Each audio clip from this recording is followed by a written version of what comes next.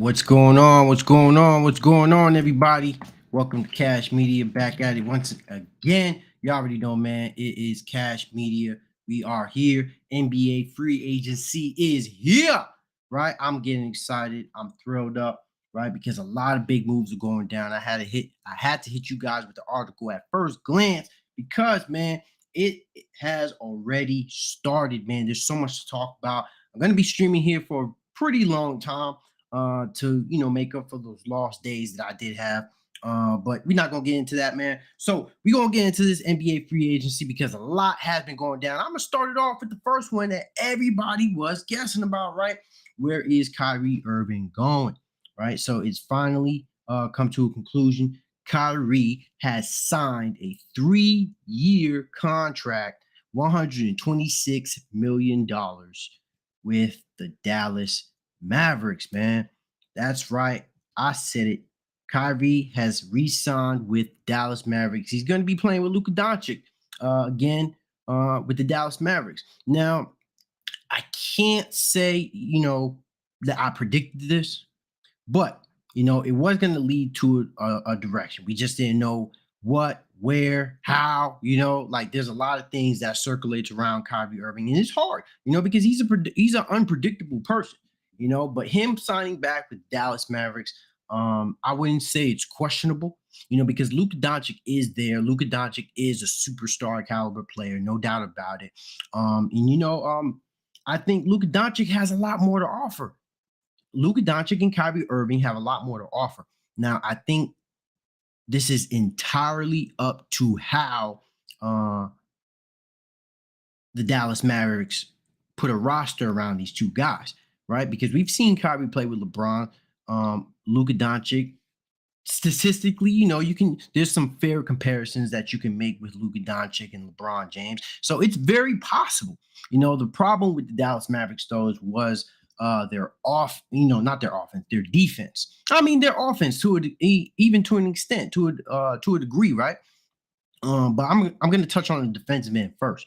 With the Dallas Mavericks, they were just gone defensively. They had nobody that can stop the ball, nobody that can guard up, nobody that can D up, right? You just had two guys who were able to score the basketball. It was Luka Doncic's team, and then you had Kyrie Irving there and taking majority of the shots in the fourth quarter. Right now, I do have some type of problem with that because Luka Doncic is the emerging star. He's the guy that should be leading the helm for this team. So I feel like there should be a lot more strategy when it comes down to the offensive side of the ball. But that makeup, I feel like it's going to heal better with time. They're going to have a lot more time to play with each other in the future. So that chemistry is just going to build up. So I think with offense, they can establish an identity very early on. Now that Kyrie, has made up his mind and decided to stay in Dallas for the next 3 years, or at least that's how we're going to take it because we don't know where Kyrie Irving is going to go. So we're just going to leave it at that, right? So there has been another signing. I'm not going to just stay on the Kyrie Irving and Luka Doncic signing because I mean, he didn't even sign Luka Doncic, but Kyrie Irving, you guys get what I'm talking about, man. So I don't want to stay on that for too long because since it's NBA free agency, there's still a lot of other players that have been signed to other teams, a lot of big signings and a lot of big things going on also. But another thing that I do want to point out is Gabe Vincent, right? Miami Heat player that came up in this year's playoff, was a big contributor to the Miami Heat being able to get to the NBA Finals, right? So Gabe Vincent, he's not an all-world player. He's not a game changer, but he's definitely a very good role player, and that's what we've seen from him during this NBA playoffs run, right? And more importantly, though, he can shoot also. He can shoot. He's a decent passer. He can play make with the ball. And at least to my knowledge, he's not turnover prone. So that's going to be a plus, right? So it's going to be interesting to see how the Lakers, build up their offensive identity moving forward because we do know LeBron James, isn't the same offensive type of player. And we've seen him be a little bit more lackadaisical, letting other young players bring up the ball. But I think this was a very good addition to add Gabe Vincent. My question is, is the money worth it? 3 year, $33 million contract. It's definitely not a penny. They're not squeezing the Lakers, but it is a very interesting signing. I didn't expect Gabe Vincent to go to the Lakers, so this was undoubtedly one of the most shocking things that I came across as far as NBA free agency goes, right? So another thing that I do want to bring up also is the Draymond Green situation, right? We had some questions with Draymond Green. Draymond Green has signed, had opted out, had a player option to opt out of his contract. So there were a lot of questions on whether the Warriors core was this the last year? Was this the last time we were going to see the Warriors together like they used to be? So my opinion, I didn't know. I thought Draymond Green was possibly going to sign with another team, but it didn't come to that. Draymond Green, the Warriors made a big trade to get rid of Jordan Poole. That didn't seem like the best decision. I still think Jordan Poole will be a better player moving forward. I mean, he's young, right? He's a young shooter. He's not as good as Steph Curry, or at least Klay Thompson in his prime, right? But there's going to be a lot more time for Poole to establish himself as a player. He was just in a really good system at the time, and he was able to get off a lot of shots. But another thing that I do want to point out is that, when Jordan Poole was leading the helm at the point guard position and Steph Curry was out, Jordan Poole was having a lot more better games, right? So with him being on the Wizards, it's definitely a different tune, and maybe he's going to have a lot more control, over that offense over there. And then we might see that NBA champion Jordan Poole once again, right? But with Draymond Green going back and signing with the Warriors for a 4-year, $100 million contract was nonetheless a move that the Warriors had to make, right? They couldn't let go of the Warriors core, right? This is the team that has won them 4 championships, right? I mean, we know about the other 2 championships with Kevin Durant, but it's these 3 guys that made it happen, right? Draymond Green has showed us why he's very integral, to this Warriors offense and defense, right? He playmakes, he defends, even here and there, he'll rebound, he'll get some tough rebounds. He's the bully down in the post, right? He's the guy that's going to provide some pressure down there. He'll guard your best man. I mean, Draymond Green is a very important part of this Warriors success. And if Draymond Green were to not be on the Golden State Warriors moving forward, the Warriors were going to be done. They weren't going to be the team that we had seen them to be when it's come down to just them being able to compete in the finals and playing against these good teams. So, Draymond Green is just a huge, huge part of that, right? So there's other things obviously to take away.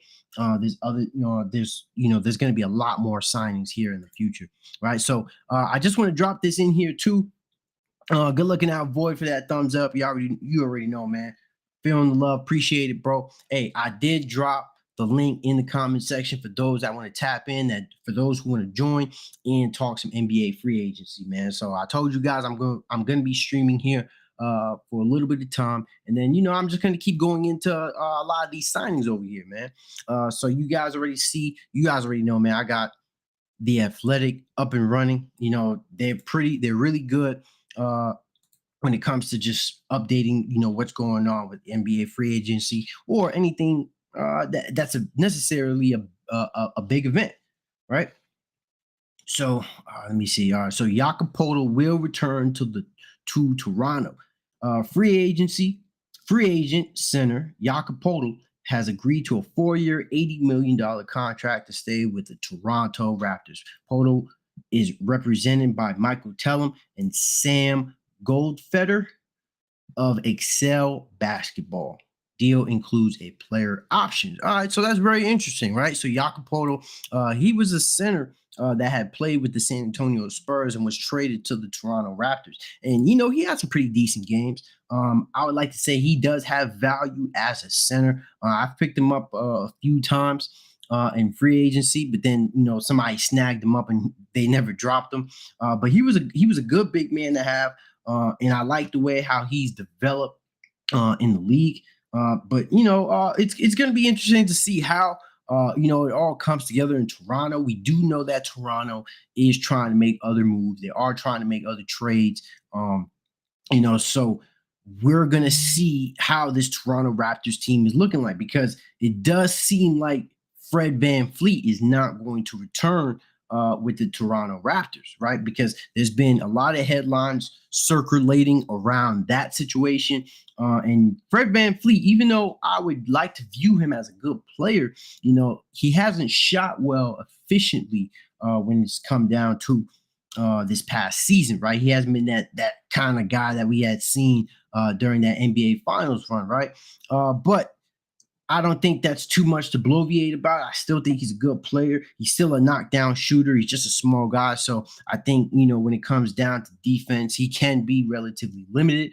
But hey, man, we're gonna start to see, where that heads to. But ESPN was just actually talking about it. I think when they come back from around break, they're gonna be talking about Fred Van Fleet. So we're gonna see how that goes down here in the future. All right, so I already mentioned that, right? Kyrie Irving staying with Dallas, 3-year, 126 million, right? How much can Toronto offer OG Anunoby? Regarding the Jeremy Grant deal, the most of the Raptors can offer is OG Anunoby, who is set to be an unrestricted free agent in 2024. Is 117 million over 4 years on an extension in October. That factors in teams being allowed to offer their players 140% of their previous salary in the new collective bargaining agreement versus 120% in the previous one. The Raptors will still hold Anunoby's bird rights if he is still on the team at the end of the season. The Grant deal signals that extension won't be nearly enough to get him to forego free agency and shows the shortcomings of the CBA in the first hour of its official existence, right? So, OG Anunoby has actually been a player that's been part of, a lot of trades going down around the league. Now, we do know, or at least I'm going to be informing you guys, that the Raptors have been very active when it's come down to talking to other teams, trying to figure out some type of trade and try to be competitive like they were a couple years ago, because we know they weren't exactly the same team when Kawhi Leonard left, but they did still have a good round of players. It just they just couldn't figure something out. Something was missing, right? But when you're missing Kawhi Leonard, yeah, you're gonna have a big part of your offense that's just left for nothing.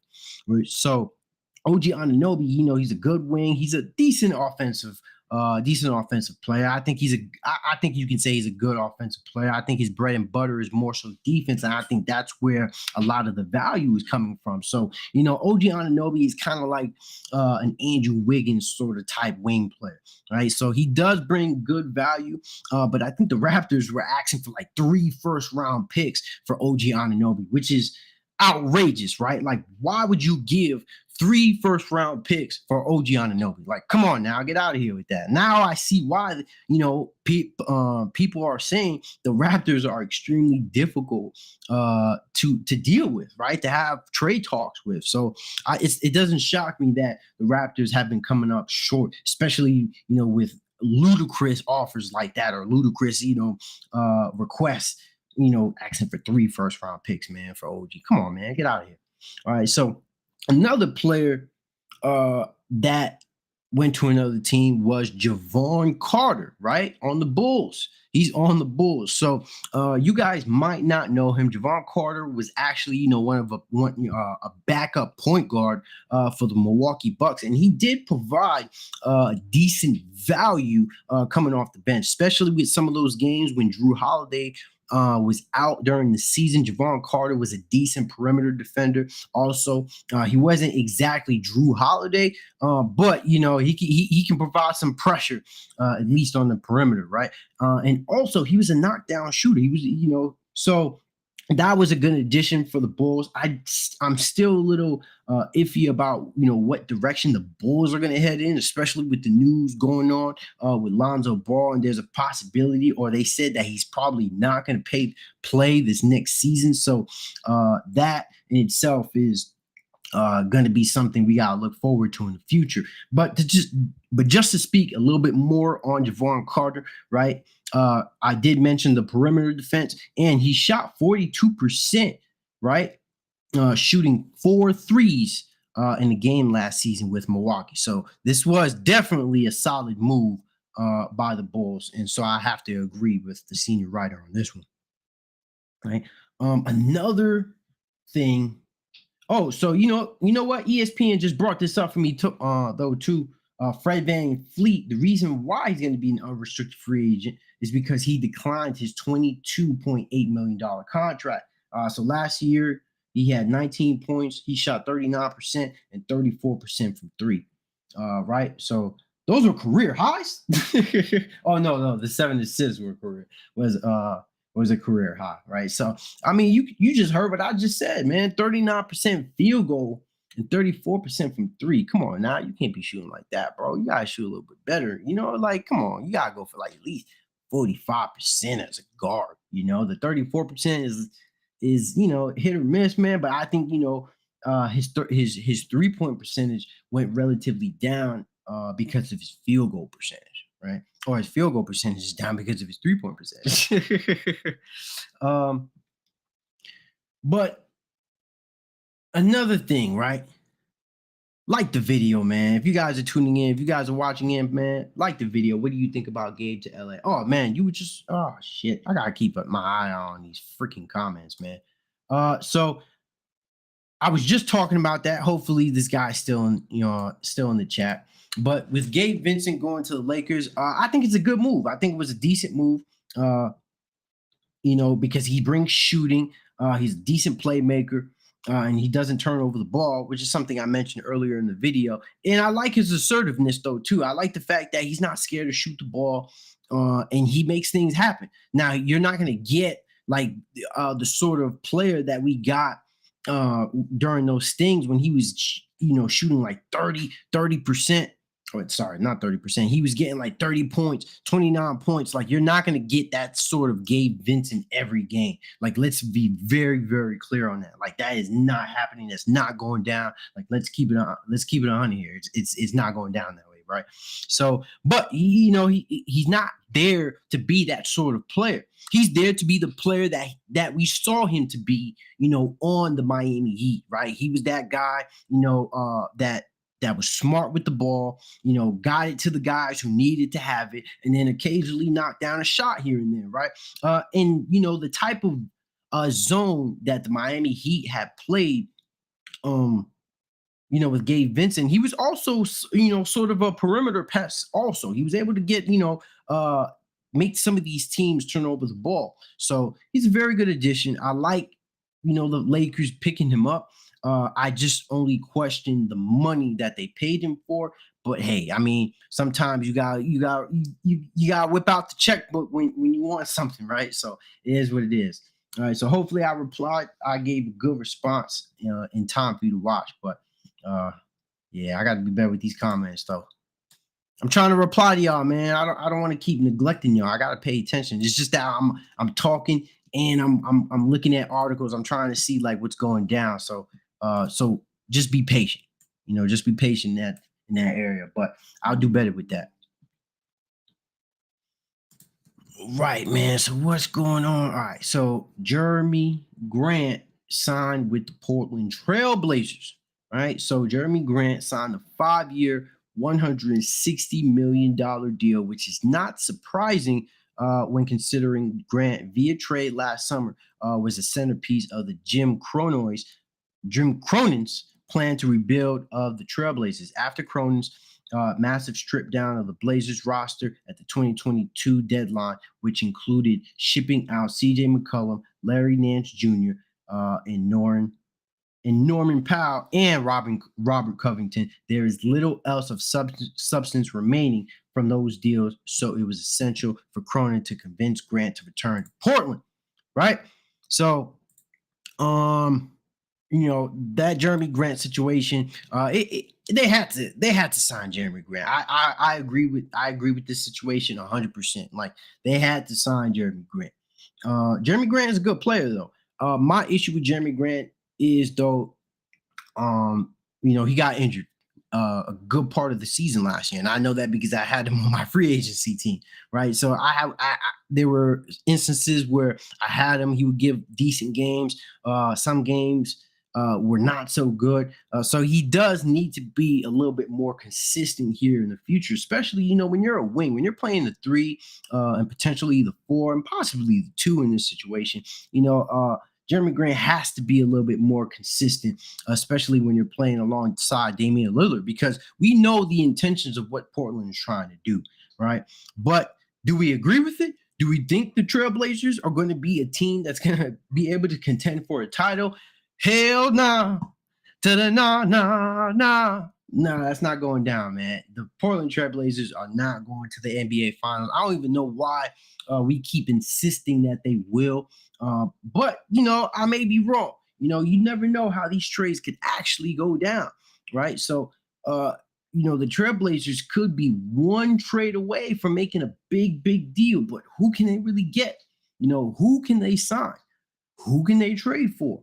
And those are the questions that need to be answered if Portland's going to be able to move forward here and make a convincing enough roster so that Damian Lillard could potentially contend for a title. But there is no way in hell that's happening after free agency. I guarantee it.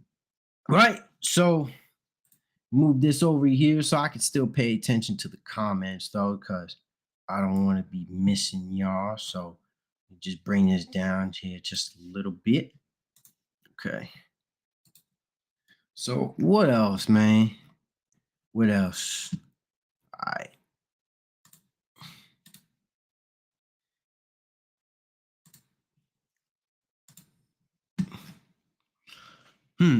All right. So the 25. So let's check out who's in free agency, right? Let's pay attention. Let's pay a little attention to that. The top guys in free agency. All right. So Kyrie Irving, obviously, he's number one. But he already signed to Dallas. So James Harden, right? I was kind of waiting for a little bit of time here to be talking about James Harden because we know that there's a situation going down there. With James Harden, wanting to leave Philadelphia, right? And I for one, I would want James Harden to just re-sign with the 76ers. I think it's more ideal. I think, he should give it one more shot, especially with all that talk that he was talking about last year in the beginning of the season. He lost weight, which he should have never gotten weight in the beginning, to begin with all that nonsense that was going on, in Brooklyn. But that's not entirely on him. That's not on, 100% on his shoulders. But just this situation in Houston, and then now this situation with Philly, right? Because it's almost becoming a broken record at this point. It's starting to really be predictable on how James Harden career has gone, right? He was part of the process. Now the process might be over with, right? So Harden, as you can see, is torn between returning to Philly and gunning for a championship or returning to Houston. Now, I don't see the Houston situation as being completely ideal, right? Because I don't see why Houston would want to sign James Harden back, especially when you're trying to have a lot of these young guys develop in a way and get better in this league. James Harden could be a good addition because we know that he can play make. Now, I want to be clear. James Harden is not a bad player.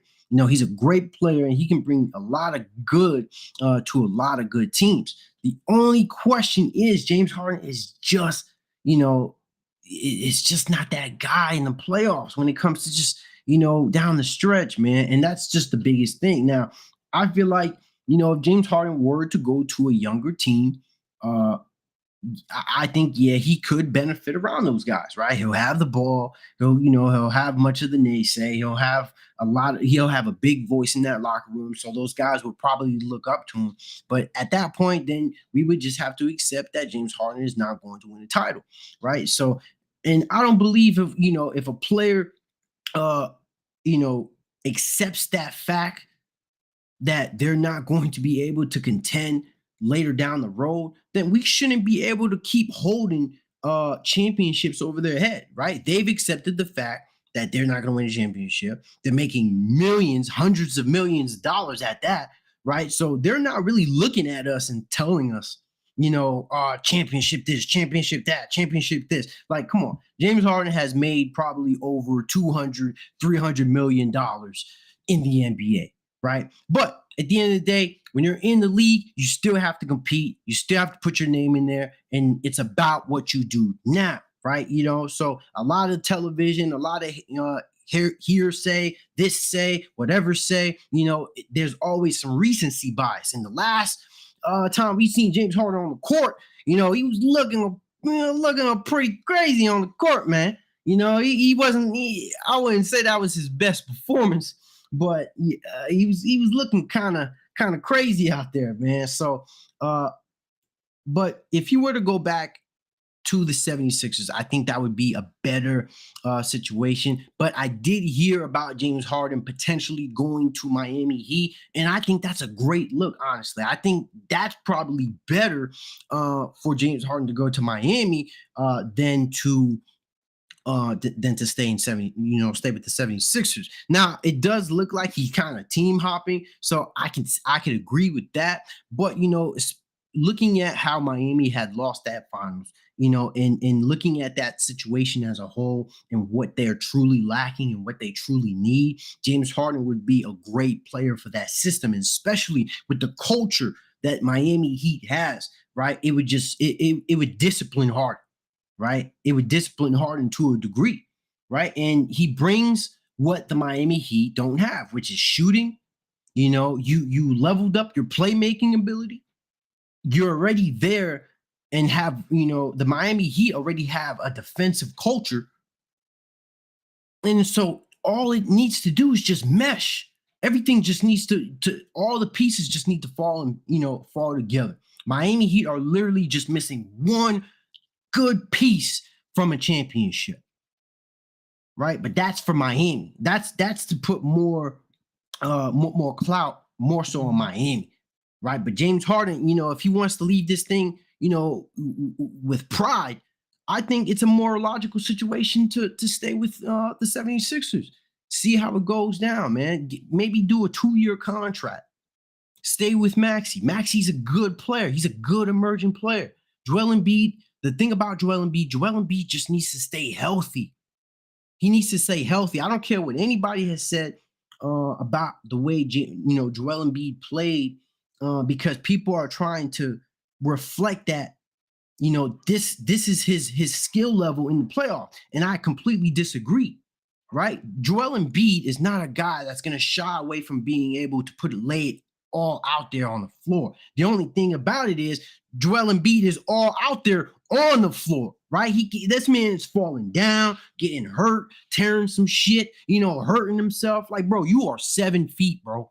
You are 7 feet. What is your big ass doing on the ground? Stay on your feet. You don't see Nikola Jokic falling on the floor. You don't see him doing all that nonsense, right? Stay on your feet, man. We understand you trying to make plays, you being aggressive, but it's hurting you, man. It's hurting Joel Embiid, right? Because we understand, James Harden, the way I assess the 76ers, a lot of the attention is going to be on Joel Embiid, offensively, defensively, right? So those sort of situations is just going to help Tyrese Maxey and James Harden, right, in the future. That's how it was supposed to be, right?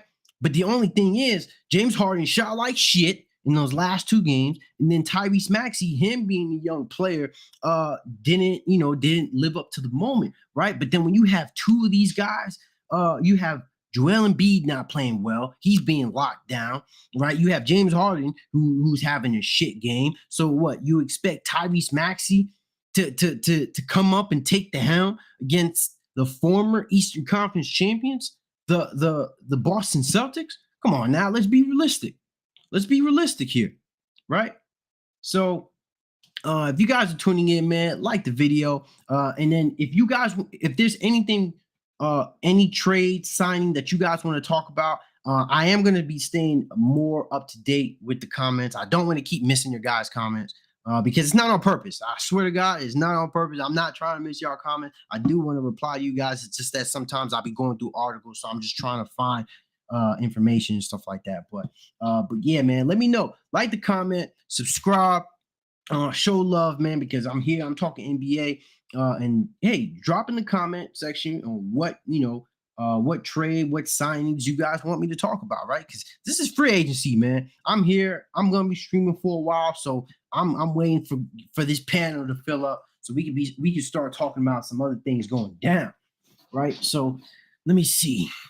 Let's scroll down a little bit more. That was a good little spiel right there, though. So Fred VanVleet, we already, I mentioned the player option that he was, that he opted out of. I sometimes wonder why there is such intense focus on Irving and the Lakers when VanVleet is nearly as good and is vastly more reliable, right? Try to skip that.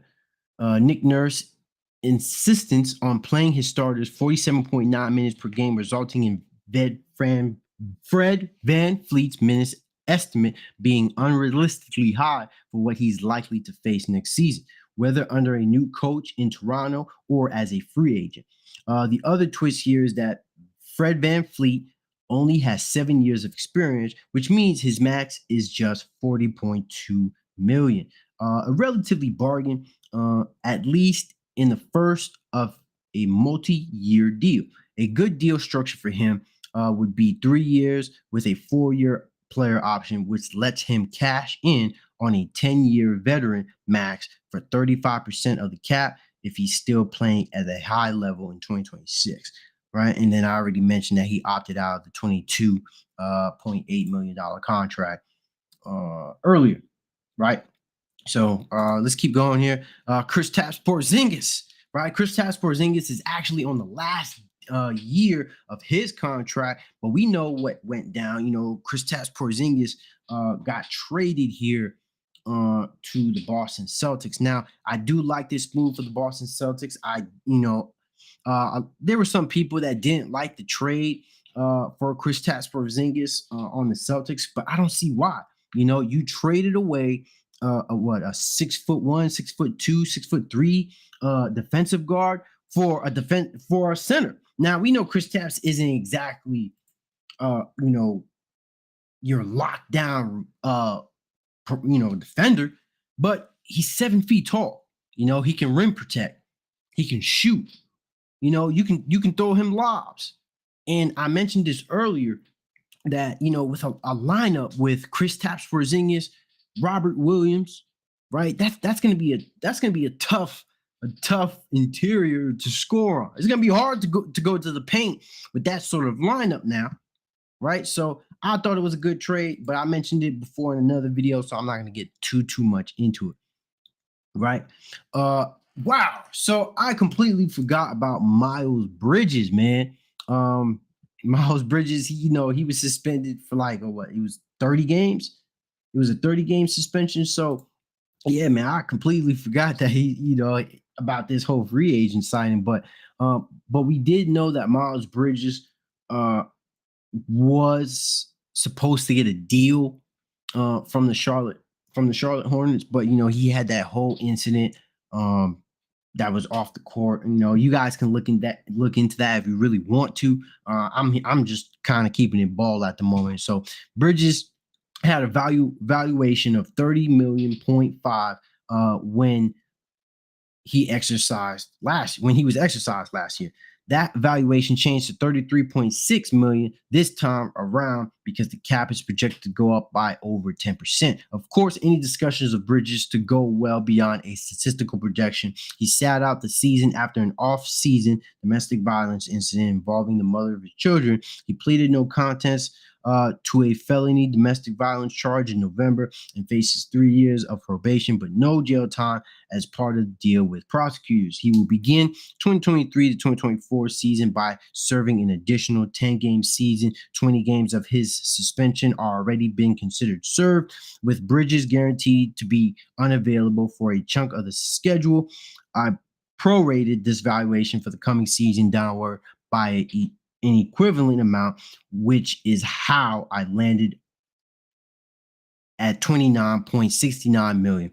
One can argue he should be paid more than that because in any future contracts, he won't have the suspension hanging over him. One can also probably more forcibly argue he should be paid less given the cause of his suspension. Bridges is still technically a restricted free agent, meaning Charlotte could match any offer sheet from another team. That would further mute any market for Bridges, who otherwise would be a popular free agent as a productive athlete, 25-year-old combo forward. Finally, note that only about 96.5% of Bridges' salary in 2023 to 2024 will count against his team's luxury tax calculation because of the suspension.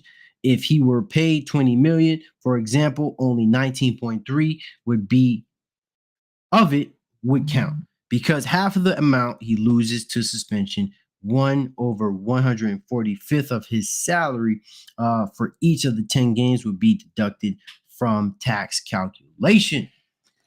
Right, so that was a big read, man. But we haven't heard from Miles Bridges here for a while, so that was a decent update, decent calculation of what's going on with Miles Bridges. Right, so like I said, man, if you guys are tuning in, like the video, like Cash Media, man. I got the link in the comments section. If anybody wants to tap in, you are free. You are welcome to, and also, man, let me know in the comment section what signing we should be talking about, right? We're gonna cut to it.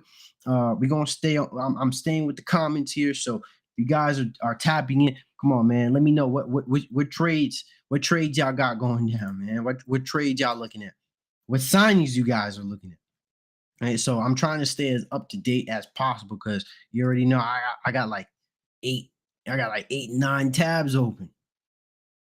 Another. Oh yes. This was a big deal. I did have some questions about this this situation because Chris Middleton had opted out of his deal, right? He had opted out of his deal with Milwaukee, but it seems that it wasn't going to be in bad faith.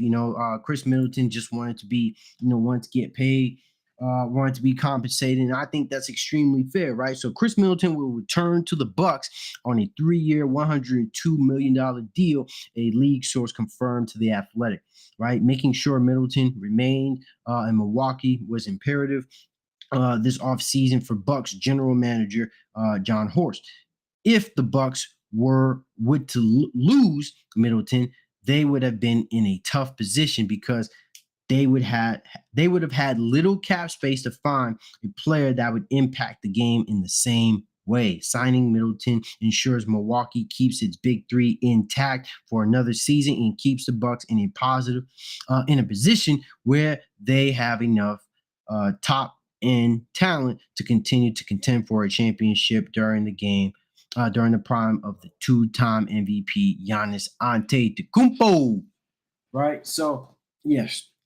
Chris Middleton did opt out of his deal with the Milwaukee Bucks, and yeah, there was some concern because Chris Middleton had gotten hurt the previous season with a knee injury, so he was out for some time. During the season, but then he came back. He had some stints of him being himself, but there were still some some trouble.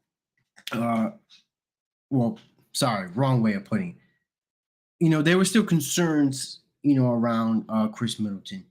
But I don't, come on now. Let me not sound like this is a bad thing, right? Milwaukee needs to do that. I agree with the article 100%.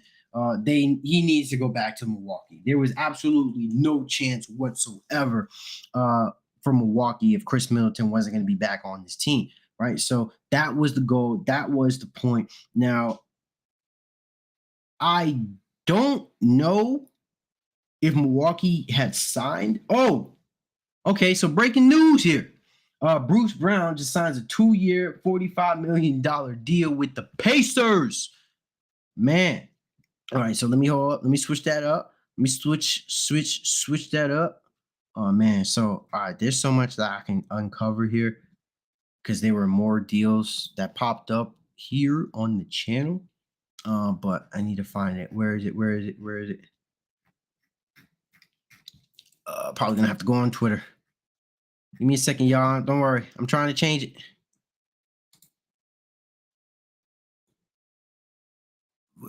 Where? Come on now. Twitter, you supposed to be on it, man. Hey, but if you guys are tuning in, like the video, man. And let me know what signings you guys want me to talk about.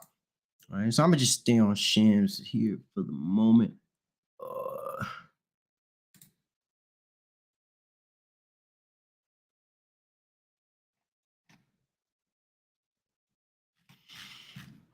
Oh, okay. That's the problem. I'm on the wrong guy. I'm the wrong dude. Oh, okay. So you know what? I'm gonna just stay on these two guys. Washington, I just did that in the beginning, right? Shams and Woj, right? It's just been that way from the very start. But let me see. Oh man, this is moving so quickly, so fast. Right? It's just like so many players are just going all over the place, man. So that's why I just love NBA free agency because it's just a lot of these deals going down. But yeah, with Bruce Brown signing with the Pacers, honestly, I'm not shocked that he would opt out of his deal, though. He was scheduled to make what, like $6 million from his deal. Because but hey, he won a championship. This was a guy I'm familiar with because he played for my Brooklyn Nets, which is another player that I always head scratch about letting players go because the Brooklyn Nets have been infamous for letting good players go. Right? We've made every other team better except for our own team.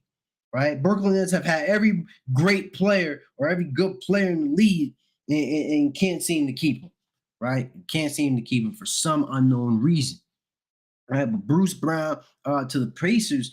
Now, I thought, the Pacers were very good on in the guard end, but he does add some versatility. He can defend, which is a huge plus, right? And he's a better well, I wouldn't say he's probably this, a better scorer than Tyrese Halliburton to a lesser degree, right? I think Halliburton is an emerging star, but I've seen Bruce Brown do some things. It's really just a matter of him getting a certain amount of playing time, right? And that's what we really have to factor in. But I think that might be a very early take here moving forward, right? So let me get into some other things because there are a lot of things going down, and there are a lot of other situations going down, right?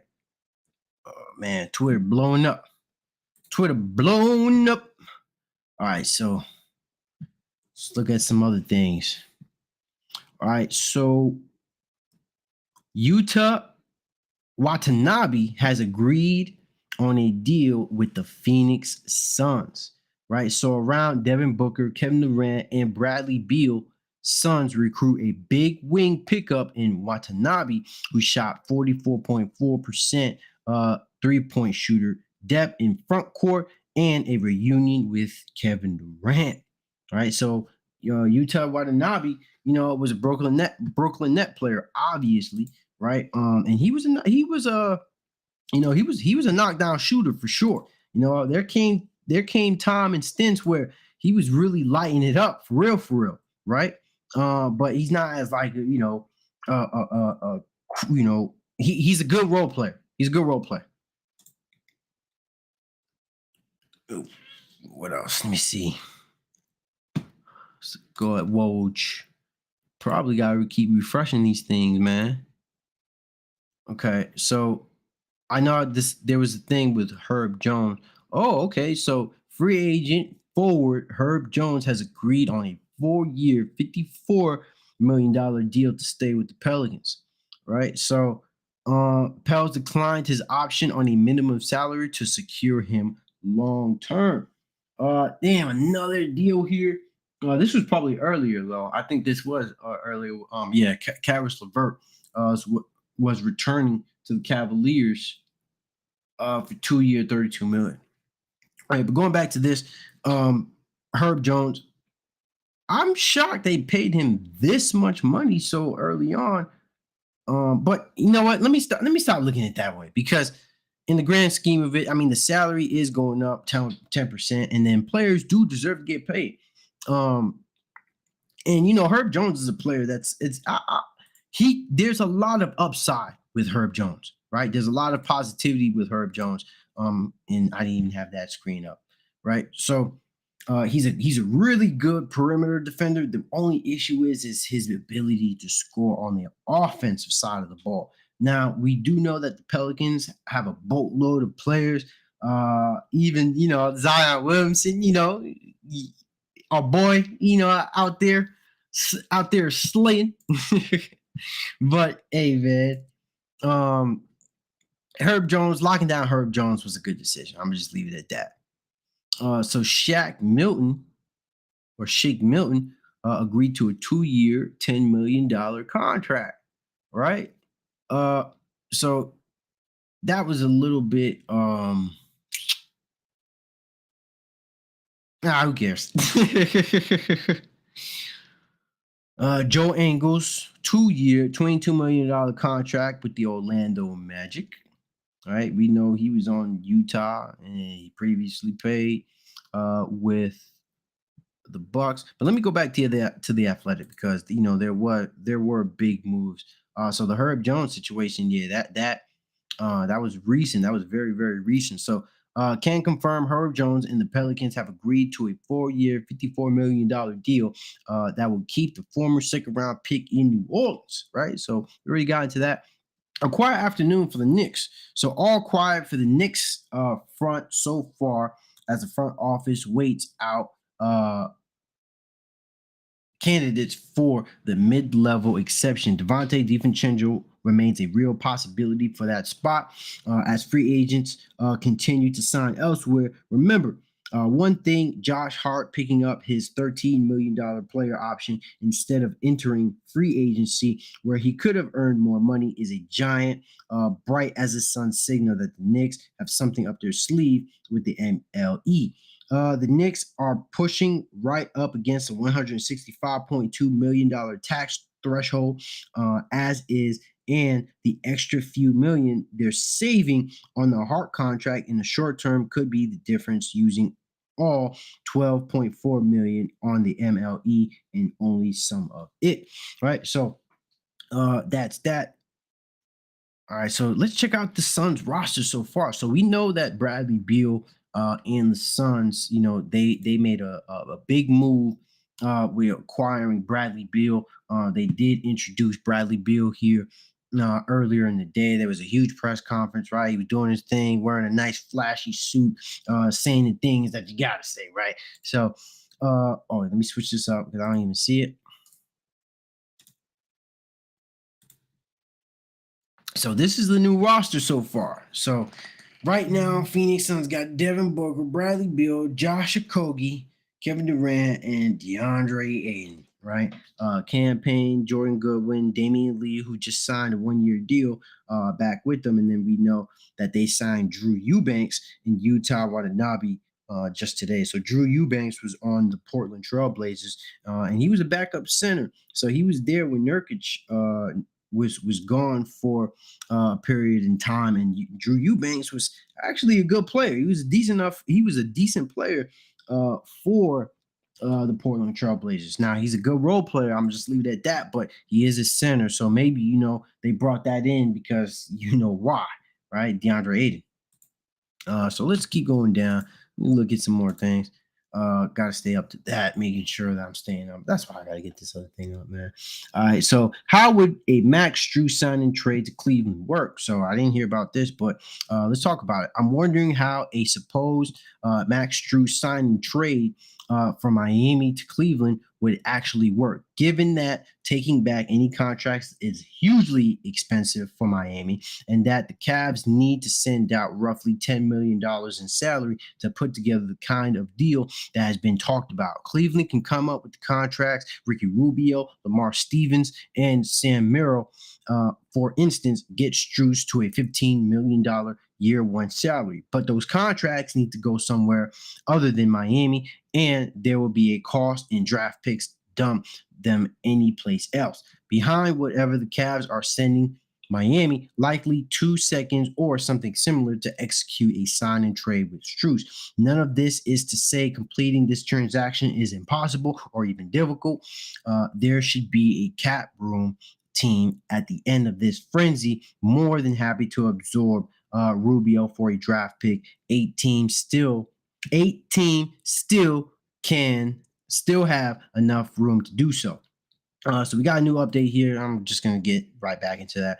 So Josh Richardson, right? Free agent Josh Richardson has agreed to a 2-year deal with Miami, right? So Richardson returns to the franchise that drafted him in 2015, right? So this was actually kind of shocking. Because Josh Richardson, if I'm not mistaken, he was playing with the New Orleans Pelicans, right? Wasn't he? Right, but he became a decent player, right? A good role player, or at least that's what I like. That's what I've seen. But let me try to scoop that up. See what team he was previously on. He was on where? Yeah, he was on New Orleans. Yeah, he got traded to New Orleans, and he can shoot too. A decent defend and a good perimeter defender also. So, but yeah, man. Uh, Yeah, that's that. That's Josh Richardson to Miami. All right. So, okay. So Timberwolves decided to move in a different direction with Prince. The Timberwolves decided this week not to guarantee Terry and Prince deal for next season, preferring to maximize their spending power going into free agency. They quickly agreed to terms with 3 years with 3 guards to bolster their depth on Friday. Nicole Alexander Walker got a 2-year deal worth $90 million to return. Shaq Milton got 2 years and $10 million, and Troy Brown Jr. got a 2-year and $8 million. Milton and Brown have team options on the second years of their deals. Milton and Brown both shot about 38% from three range, bringing needed perimeter shooting to a team that was short on it. All right, that was for sure. Where does Miami go from here? The loss of Gabe Vincent and likely loss of Max Strus is also a sign of how difficult it'll be for some teams to retain talent that's been developed in-house if the team's salary cap situation isn't in order. Vincent and Strus went from undrafted free agents to essential role players in Miami's playoff runs the last 2 seasons. The Heat put a high value on both of those guys, but giving them the contracts they're looking for became nearly impossible in this new climate, right? And they do have a good point, right? Miami was a very awkward situation when you look at it this way for them to sign it, sign those guys for the money that they're looking for. Right now, was Miami Heat, the Lakers could pay Gabe Vincent for 3 years, $33 million, but can Miami Heat afford to do that? Likely not, especially if they're trying to win a championship in the future. And I think that's the thing. That's what I was kind of looking at in the back of my mind, right? So all right, so yeah, we can even read a little bit more into the situation. So losing Gabe Vincent is a big blow for Heat. The Heat tried to keep Vincent, who they consider the best point guard on their roster, and President Pat Riley reportedly met with Vincent in Los Angeles to keep him. But the Lakers' $33 million offer was significantly higher than what the Heat wanted to offer. They still have Kyle Lowry on the roster, and Lowry's contract has been considered one of Miami's best trade pieces. There are still two big-time guards, big-name point guards who are either on the trade block, James Harden, or it could be Damian Lillard. But neither of those trades are options. The Heat have themselves a problem atop their offense. And that right there is the main point with the Miami Heat, man. They have no offense, right? They were one of the worst offensive teams during the season, and they choose the wrong mother effing time, to show their true colors, because they went through the playoffs, becoming this running through teams, beating the Milwaukee Bucks, even though Milwaukee, with Giannis Antetokounmpo being injured in that first game, so that altered a lot of things moving forward. But that injury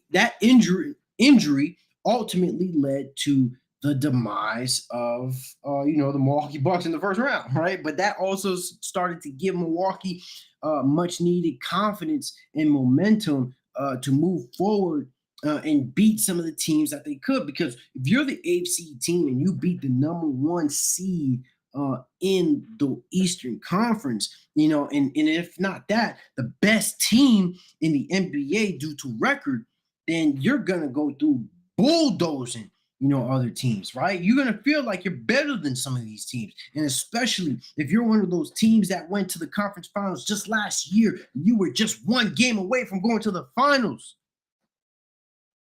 Then why wouldn't you have that confidence, right? And that's exactly what happened this year with the Miami Heat. But going this year, that confidence is shattered unless they can make a signing or trade here in NBA free agency, right? So we know the situation with Damian Lillard, James Harden, right?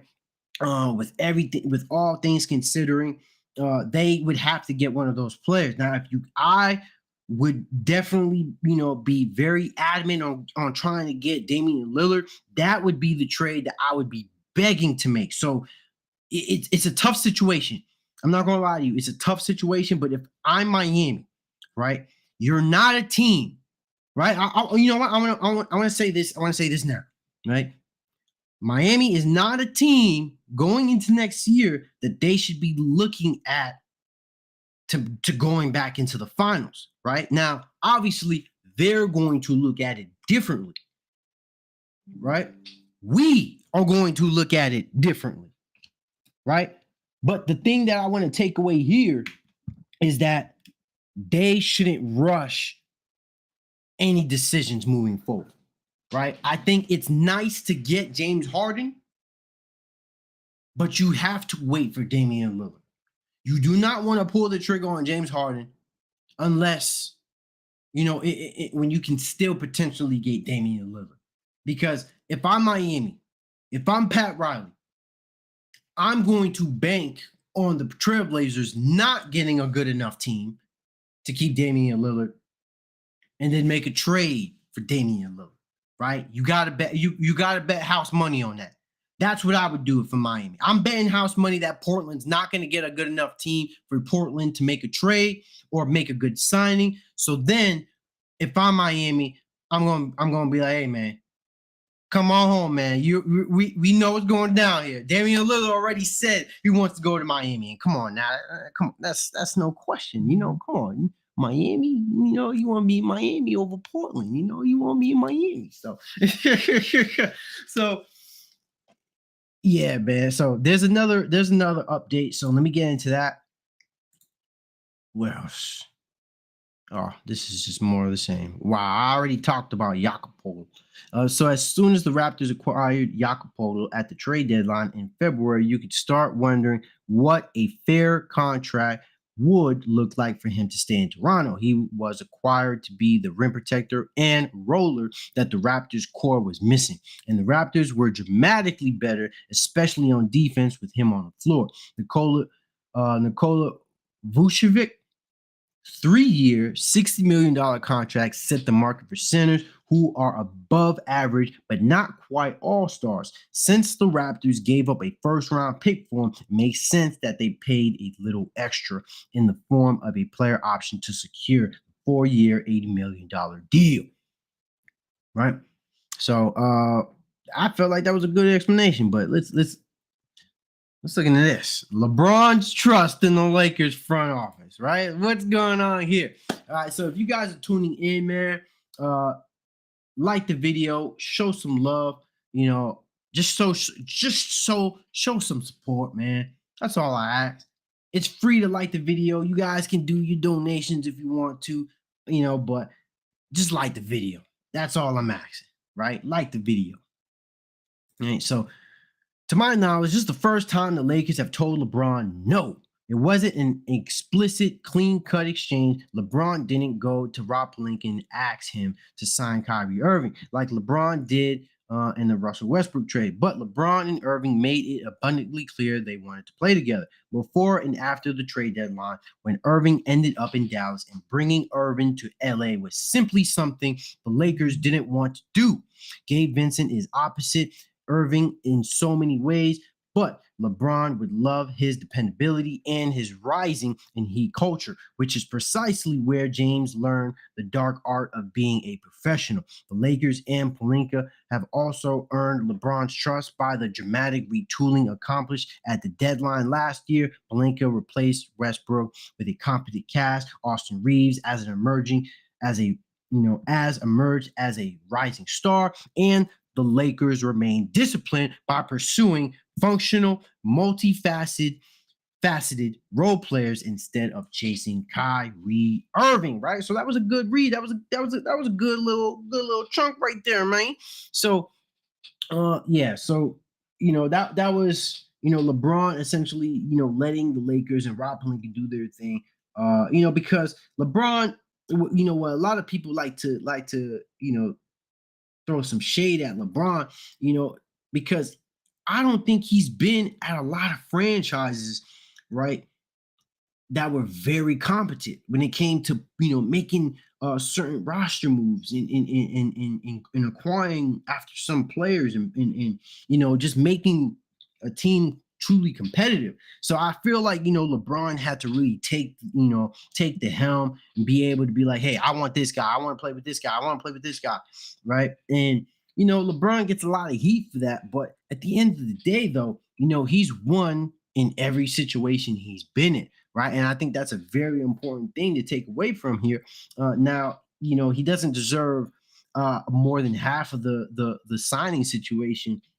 That's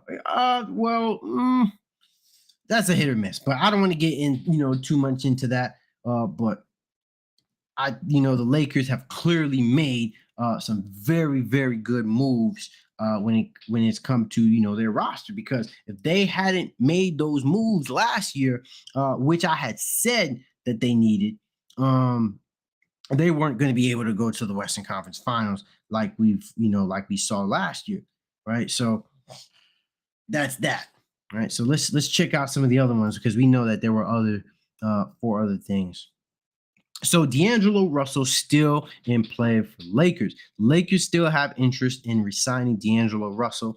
Team sources tell The Athletic Russell has been their third priority behind retaining Austin Reeves and Rui Hachimura. The Lakers signing Gabe Vincent likely signals that Dennis Schroeder won't be back in Los Angeles, right? So that's a very good point. Dennis Schroeder was a guard. He showed some stints. He showed some flashes.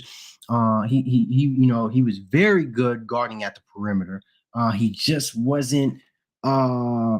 He wasn't there offensively, because part of the Lakers' offensive woes came from their play at the perimeter. Right, their bread and butter was more so scoring at the rim. Right, the Lakers lacked shooting, which is why they had a lot of trouble, going up against a team like the Denver Nuggets, a team that shot well from 3 damn near all season long. Right, so that's the thing here. That's what we really got to take away from. So Lakers, especially with signing Gabe Vincent, I don't look at it as a bad sign. to still get D'Angelo Russell.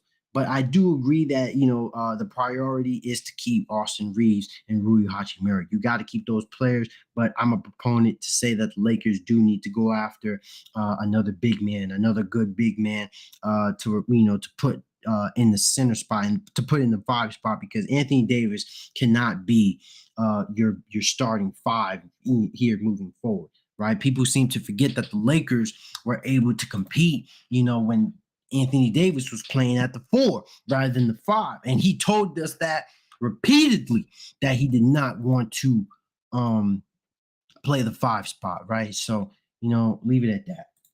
So let's see what the new update is here. One reason Josh Richardson decided to return to Miami. So one of the factors behind Josh Richardson's signing in Miami was likely Richardson's affinity for Heat coach Eric Spoelstra. Richardson, who played his first 4 seasons in Miami, said Spoelstra helped shape his work ethic and competitive approach to the game. One of my favorite coaches I've ever played for, Richardson told The Athletic earlier this season. I mean, I just respect his work ethic. He just punches the clock. There's a lot of guys who preach it, and a lot of guys who are just all over the place emotionally, but he is every day punching the clock and always trying to find ways to get better, right? So that's a good read, man. Of course, everybody had a lot of high hopes. A lot of good things to say about Eric Spoelstra. He did a fantastic job, a phenomenal job. He's been doing a great job, for a long time in this league. So that's good to see that uh, other players throw that out also, right? So, I know that there's been some more things that I could probably point to. A quiet afternoon. I already mentioned that. Let's see. Oh, by the way, Prince did sign with the Lakers. Terrence Prince. He was a power forward for the Minnesota Timberwolves. Right.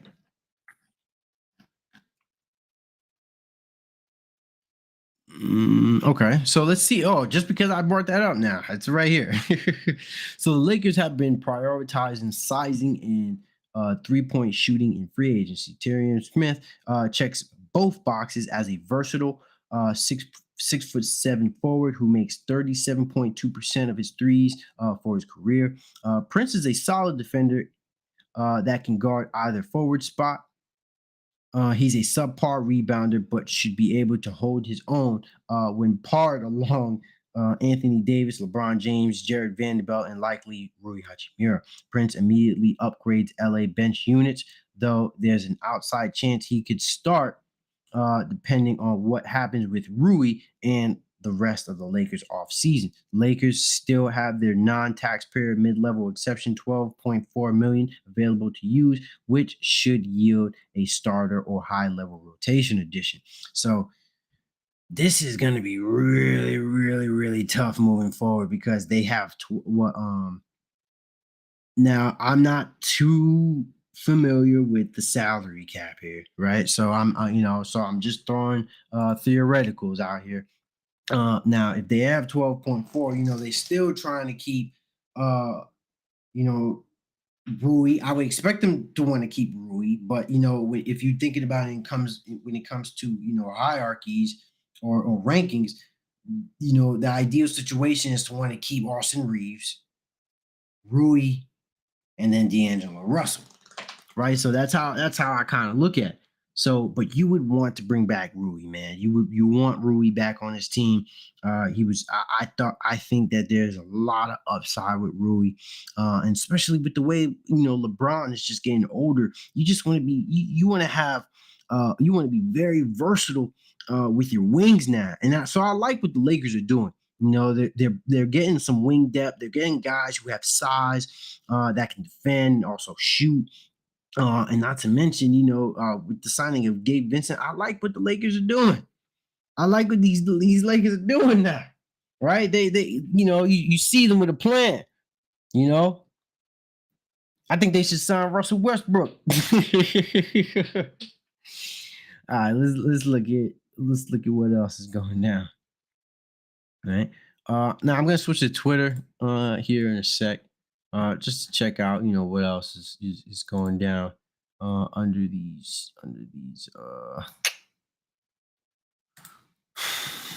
with these insiders, because they usually drop it first, and then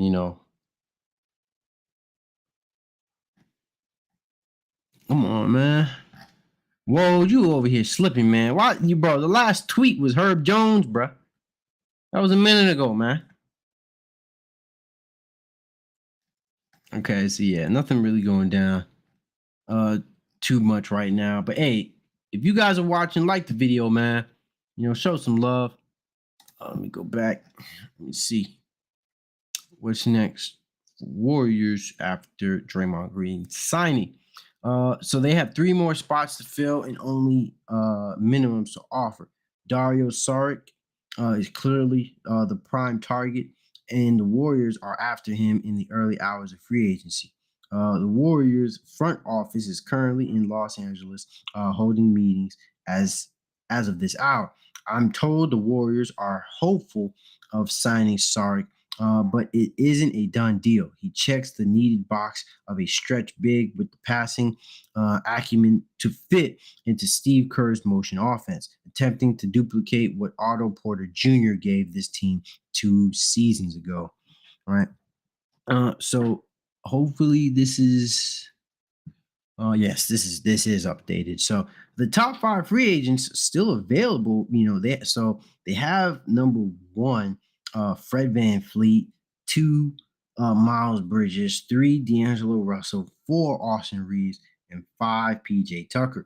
Now I'm shocked, not shocked that Miles Bridges is looked at that John Hollinger has Miles Bridges at 2, but he is restricted, so it's looking like he's going to stay with that team, and then PJ Washington. So we do have a new update. Let's tap into that. Really late as hell, man. I mentioned Joe Ingles a long time ago.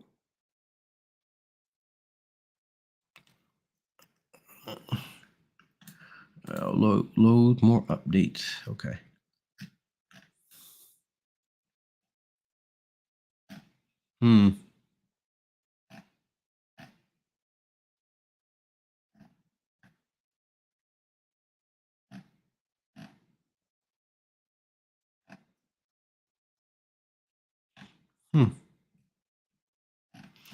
So Reggie Jackson back to Denver.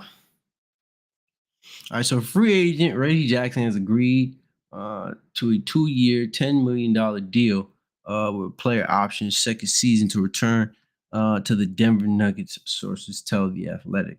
So I'm pretty sure like that was probably a good enough deal, especially considering that Bruce Brown, did leave to sign that $45 million deal with the Pacers. So I'm assuming that's to make up for that. Now I am watching ESPN also to check out some other things. Now remember, Dylan Brooks is a free agent too, so they have been talking about Dylan Brooks. As much as I try to shit on Dylan Brooks in the past, I think he's still somewhat a good addition to a team, but he's obviously like a 5th best player. But he can add good culture around your guys, man. So, and being as it may, there were some ups and downs with Dylan Brooks, no doubt about it. But I still think he could be a really, really good player here with a good team. I think he. I was gonna say the Warriors, but I don't just want to throw out any team out there. But sometimes, a player like Dylan Brooks is a good locker room guy. He just shouldn't be. He just shouldn't be taking a lot of the shots here. Man was brick boy. All right, DeAndre Jordan back in. I don't even have my glasses. DeAndre Jordan is back in Denver. All right, so let me duplicate this here, and just in case.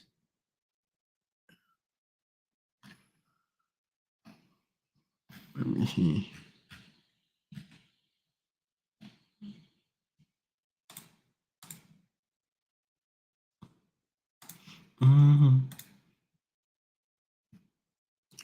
Oh, okay. All right, so it just went down. Rui Hachimura is back on the Lakers on a 3-year deal.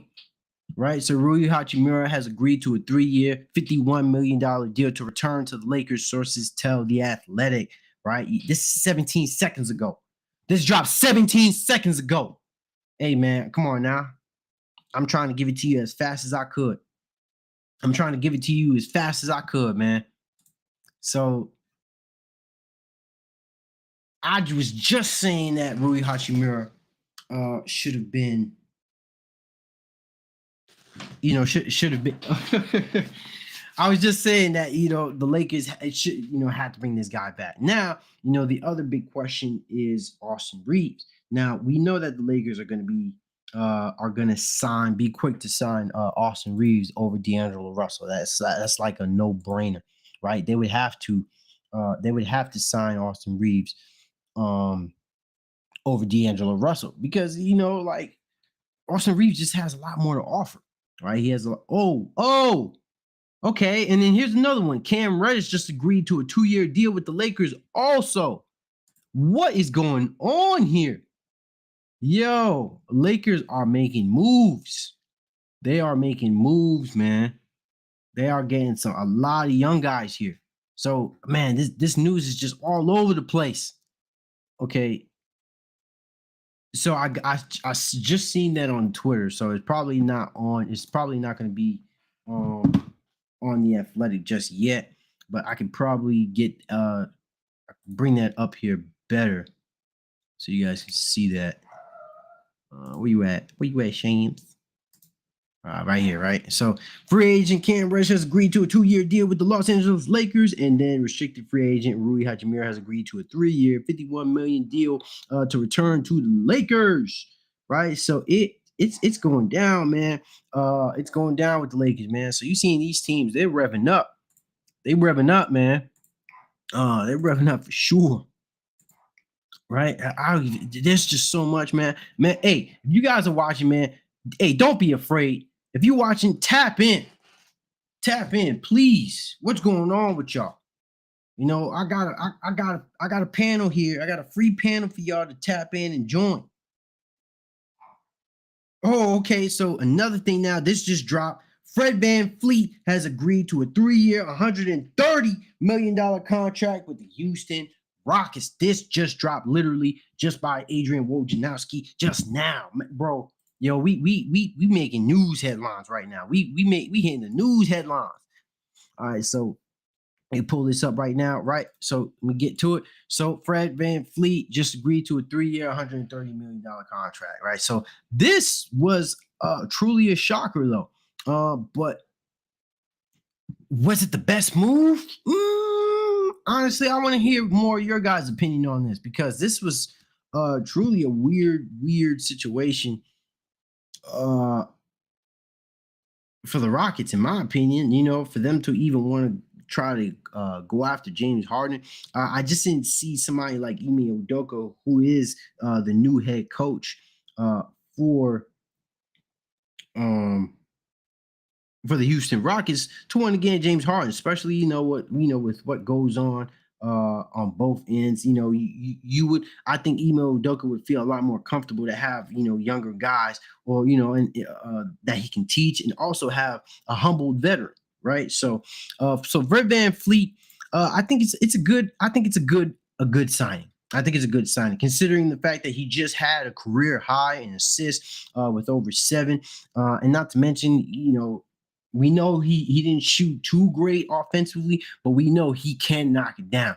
The only thing is just shot selection. So I think moving forward in the future, you would just want, to build better shot selection for the Rockets, because I think that was a big part of it. And then another thing is, Steven Salas, or the guy that was the previous head coach for the Houston Rockets, he just wasn't able to get to that team, and that was his saying. So, but now with having Ime Udoka, we will bring a different vibe, a different energy in that locker room. Now, I'm not saying the Houston Rockets are going to be world beaters this year, but it's definitely going to be very interesting to see how this team goes moving forward with this roster, right? And now having Fred VanVleet coming into that with $100 million contract. So that's huge for one, man. So it is getting crazy, man. So Fred VanVleet, lands the first max contract of the summer. So it's Fred VanVleet. Wow, man. So Fred VanVleet is the first player to get a max contract. I'm not gonna hold you though. Like, I mean, if there were any team to do it, it would be Houston. It would be Houston. So if I were to do, if my math is correct here, so if you got a 3-year, $130 million contract, that's on average of $43 million a year. So honestly, it's not horrible, but it's not great. Let me see what they're saying here. General manager, and now Fred VanVleet lands with the Houston Rockets. All of that cap space, all that discussion about a pursuit of James Harden. This was an organization that started to fixate on Fred VanVleet in recent weeks, and they lure him from Toronto, where he was a big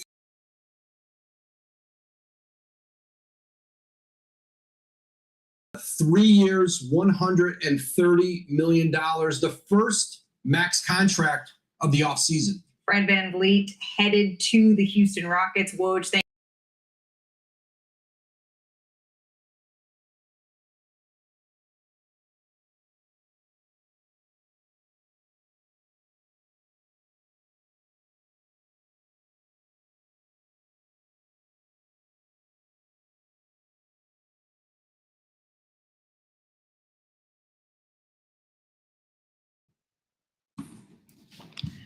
Hey, I'm sorry, guys. I think my something just went down with my connection though. Oh, what? Well, it wasn't my connection. It wasn't my Wi-Fi, but I just wanted to tap in with you guys. Just let you know that there was an internal issue just now. But as you can see, I'm back up and running. Right. So you guys heard that. Let me try to get that volume back up. Shanae Agumake is. All right, so it really just nonsense going around. All right, so let me try to keep you guys updated on other things. But if they're making good points, if they're talking about some good things, I'll try to bring that up occasionally. But I did have that down for the majority of the part because I want to kind of have my own little talk here. But I'll try to do better with that. Also, if you guys are tuning in, please comment. The link is in the comment section for you guys to hurry up and join the panel. If you guys are welcome, you guys are welcome here to speak. About what I'm talking about. And then also, let's go back. So show some love, man. Show some love. All right, so let's go, man. Let's go. All right. Nothing new. All right, so that's the most recent thing. So let's go back to the Athletics, see what's going down. So after their last two signings, Rui Hachimura and Cam Reddish, the Lakers have enough room to bring back both Austin Reeves and D'Angelo back, as well as sign two more veteran minimum free agents. They clearly need at least one big move, right? So this is really, really encouraging for the Lakers, right? So this is very, very big for the Lakers, right? But we have a lot more to talk about here moving forward. So I am going to take this tweet and I'm going to bookmark it for later. Right? All right. Oh, Kevin Love to stay in Miami. Another salary cap masterclass from Miami Heat, who went into their biannual exception to sign Kevin Love at the end of last season rather than a straight minimum like most buyout guys, just so they would be able to offer him a 120% raise on that amount this summer as a non-bird free agent. The Heat are momentarily shorn of their taxpayer MLE because they're already governing near the second apron. But Love will re-up in Miami for $3.7 million on their 23 to 24 salary cap via the non-bird route. All right, so let's check out some more.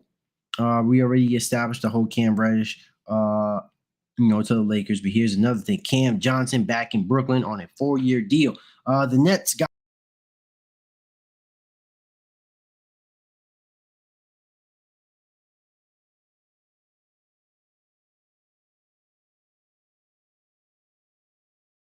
hit restricted free agency, and Brooklyn was pushed to pushed a bit to bring him back. Johnson, 27, came to the league a little older than most rookies, so this contract should cover his prime years. He gives the Nets a big wing and a dead-eye shooter. His career, 39.3% on threes.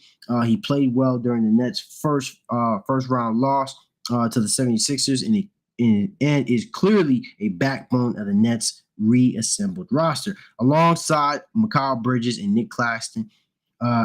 After coming over from the Suns midway through the last season in the Kevin Durant trade, the Nets will be another interesting team midway through the last season in the Kevin Durant trade.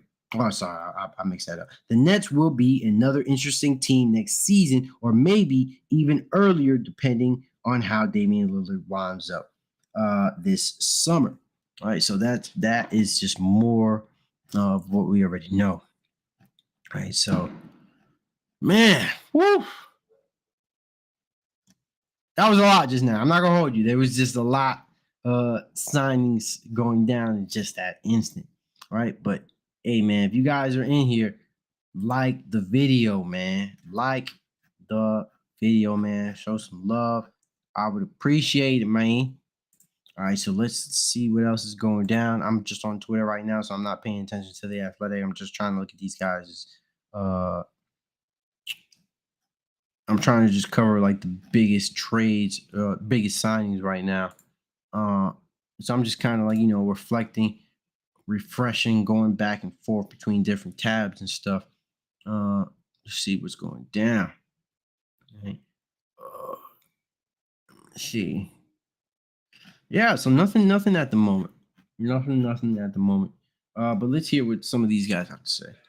D'Angelo Russell, probably most likely at this point, Dennis Schroeder will not be a part of this team, and he was a big part of that team last year. Absolutely. But other than him, it's looking like they have the same squad they got there. LeBron will get time to get his foot healed, and they added some rotation play. I got to give props to Rob Pelinka and the entire front office, because I didn't quite see it with Rui Hachimura. I thought he was a little bit empty calories in Washington. Obviously missed a lot of time, including half of the last season. And you never know how a young player is going to respond to playing with LeBron and to playing in big playoff games. And the jump shooting, look, he may not shoot 49% on threes in the playoffs again. He hit a lot of his mid-range jumpers. That'll come and go. But I was just struck by the toughness on defense, his confidence when he got the ball one-on-one against mismatches. He would dunk on guys in the post. His tenacity on the boards and all that. Like, I didn't know Rui Hachimura had that in him, and he showed up when it counted. We didn't know until you work out with Phil Handy, and then all of a sudden you see the footwork, you see the quick stance, you see all of that. And think about, I understand. I'm about to get ready to go anyway. Think about what they got. That was Kendrick Perkins. So people were just kind of talking about that Rui Hachimura situation. And I like that signing Rui Hachimura, man. He was a good addition to the team. I was one of those people that kind of liked the trade when they had initially done it. But some of my homeboys were more convinced on it than I was, and they were right for it. Rui Hachimura brings size, he brings speed, he brings tenacity, he brings physicalness, and he brings wing depth. Right? He's a guy that can come in off the bench to support LeBron. But especially with their wing versatility with the Lakers, they relatively just brought back, much of their roster, and now they're just adding to it. So we know that now they still have space to sign Austin Reeves and D'Angelo Russell, and then that's also going to leave them room for some veteran spots here also. So we're going to see how that goes down. Hopefully, these guys can. The Lakers can make a good move to shut y'all haters up, man. So, man, this is a good free agency. And the thing about it is, too, we don't even know what's happening with the biggest deals, right? The biggest deal that we know so far is Kyrie Irving going back to going back to Dallas. I think that was a big move. Dallas definitely came up big, making that statement, letting it known that, they're going to keep this guy because, hey, they traded assets for Kyrie Irving, right? They made some moves to Kyrie Irving. So you couldn't just let Kyrie Irving go. You know, even with the headlines with LeBron and Kyrie making it explicitly known that they wanted to play again together. But that's a fallacy at this point. Kyrie Irving is staying in Dallas, man, and so it gives a lot of expectation for the Dallas Mavericks moving forward, right? Let me see now.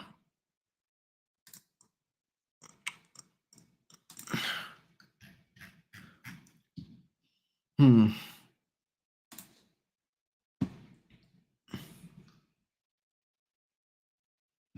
Hmm.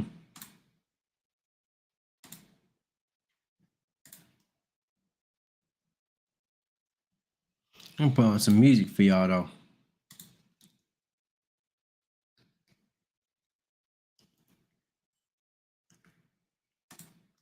And I don't got no background music for me. They used to. Man, they used to have background music for me, man. Guess not.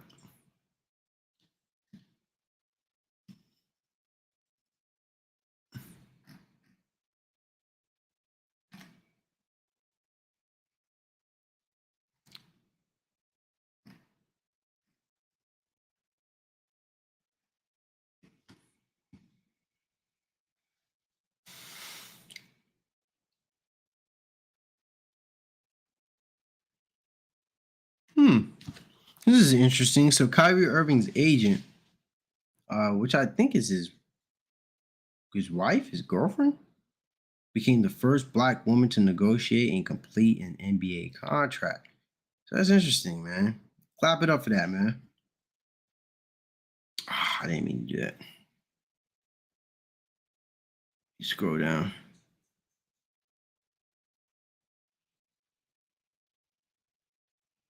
Where was that?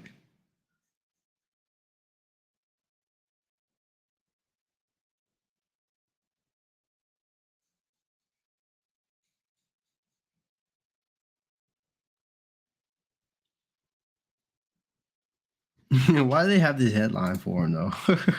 This graphic. It's a pretty ill graphic though. All right. There's still no new updates. How y'all doing, man? I'm still kicking. Oh, they talking about this though.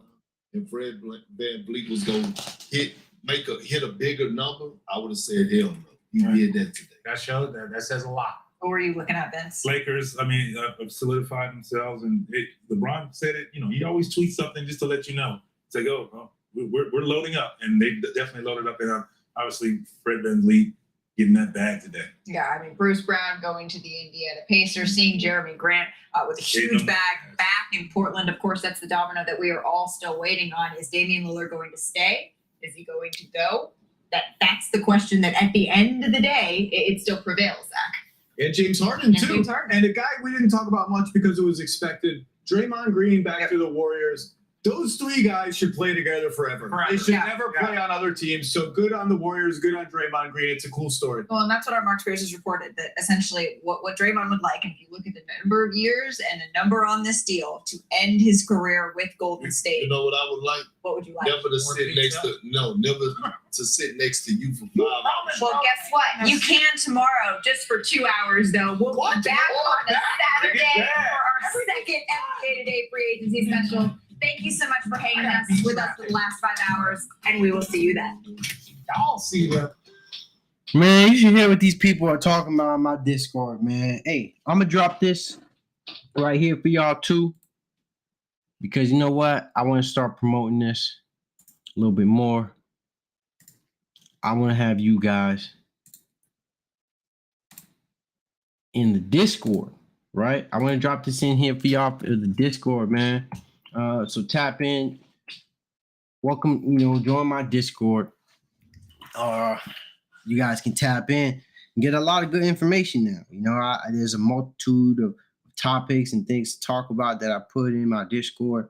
In there, there's a multitude of things that you could be talking about, when it comes to movies, TV, basketball, obviously sports, fantasy, sports betting, boxing, gaming, and even some finance and stocks and crypto and stuff. So I do throw in a lot of news, a lot of headlines out there that I come across during the day, that I stumble on, and I try to give it out to you, give it to you, right? So, yeah, man, tap in for anybody, man. Tap in, right? We gotta be talking about this, and let me know, man. What trades? I keep saying trades, man. God damn it. Signings, trade signings. Up. We got a new signing. What's going on here? Oh my god! If this is the same thing,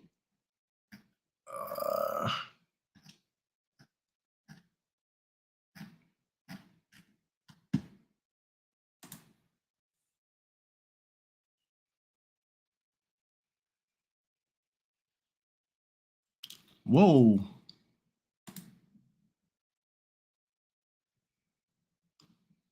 Huh, that's crazy.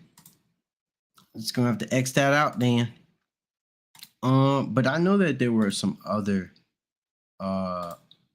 things going down also. I mean, we already know what James Harden, Daryl Morey, best buddy, best pals, best friends. Yeah, my best friend. Right? These lamos together. The friendship has ended. Let's leave it at that, man. The friendship is ended. It's done. There's a divorce, right? Let me see. We already talked about that. I ain't even going to keep barking on it. Oh, so that's why they had to change the cover. NBA free agency. This is the update. Let me see.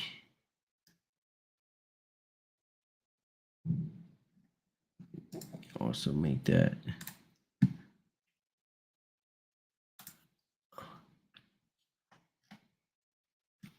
Mm-hmm.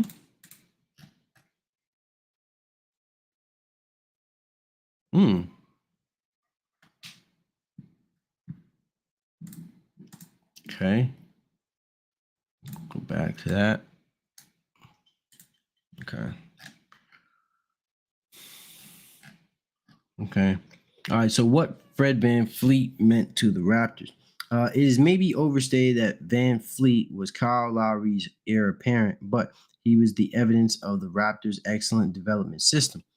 He went from undrafted to winning the 15th roster spot to beating out a veteran for a backup spot to a key piece on a championship team to starter to all-star. Credit to Van Fleet, who put in that work, but the Raptors helped him along the way. Now, the player who hit some of the biggest shots in the championship clinching game of the 2019 finals is gone.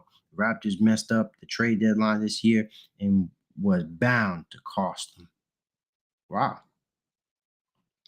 That was it. That was the only update. All right. So I'll take this away. I'm gonna leave it on this for a little bit. ESPN is just talking about Bill Walton. I don't know what happened with him. Hopefully he didn't pass. Oh no, he didn't. He didn't. It's a 30 for 30. Oh, it's just because it just started. So probably we're gonna hear some more things coming down. Coming down in the future. So I'm just gonna keep staying on here, and try to keep you guys updated, man. But yeah, man, if you guys are tuning in, like the video.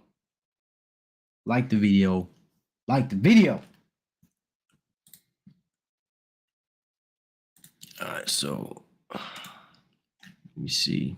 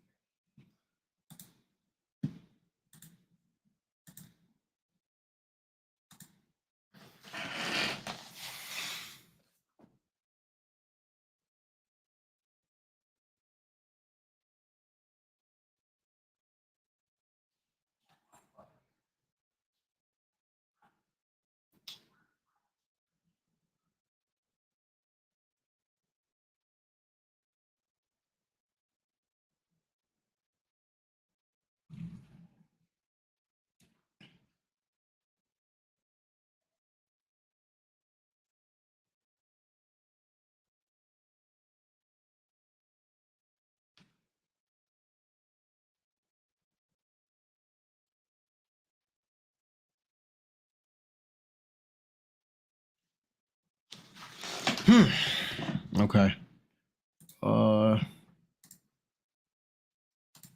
Trying to stay posted as much as possible.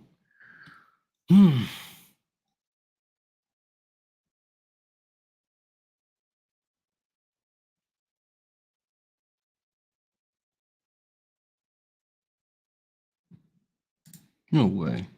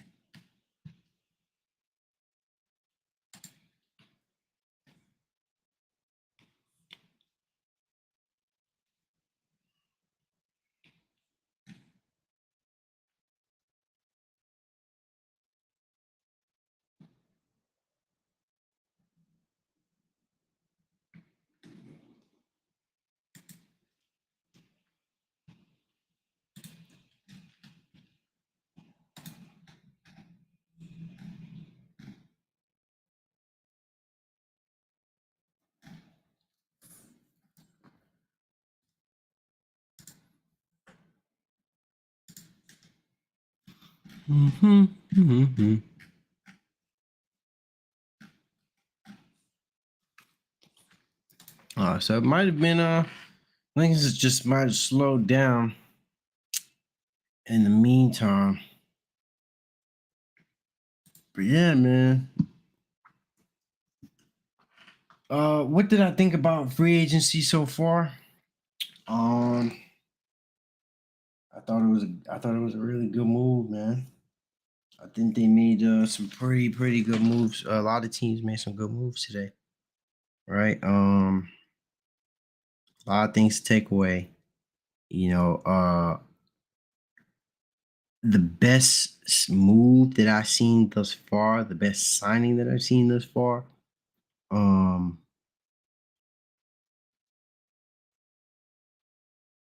was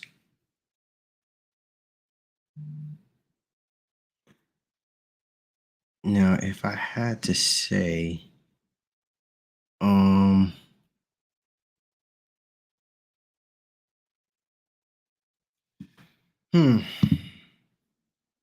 if I had to be honest, what team? I would say what team had the best signing? I would like to say Warriors for bringing back Draymond. But I don't think they won free agency. I like to say Dallas too. They had to bring back Kyrie. Lakers made some wonderful trades. I mean, got some wonderful additions. Let me see. Try to think from the top of my head.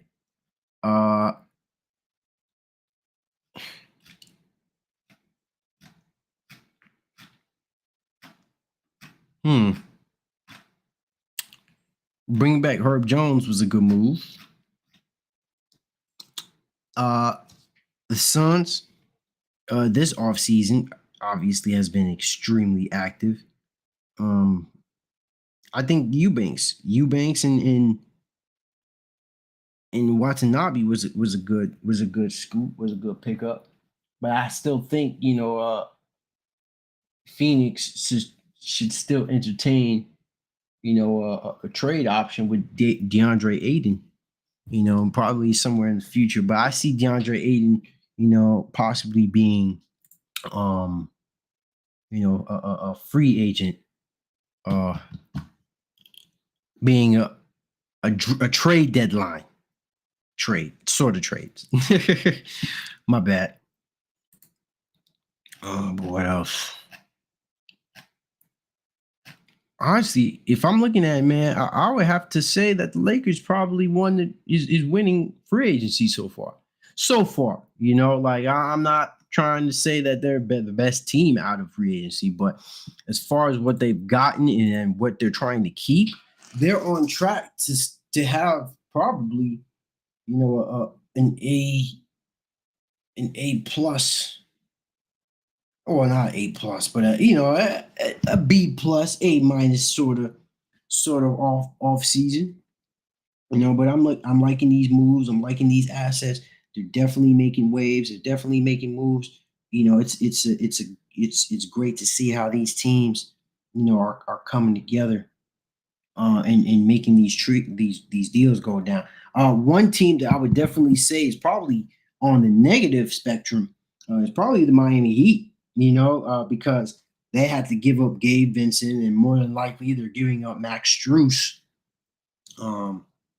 You know, who was a big part of their Miami Heat, you know, big part of their playoff run, but they couldn't offer those guys the money that these other teams could give them, right? You know, they couldn't pass that over, right? So that within itself is still good. You know, they can still make a trade or a big signing here, but you know, they have to be very lenient here moving forward. But that's why I say, you know, Miami's probably gonna have to wait out, you know, what happens with the Portland Trailblazers, because when we think about it, also Portland hasn't made any moves, which is why I said Miami needs to wait. You know, on why Miami has to simply just wait for, you know, what's going to go.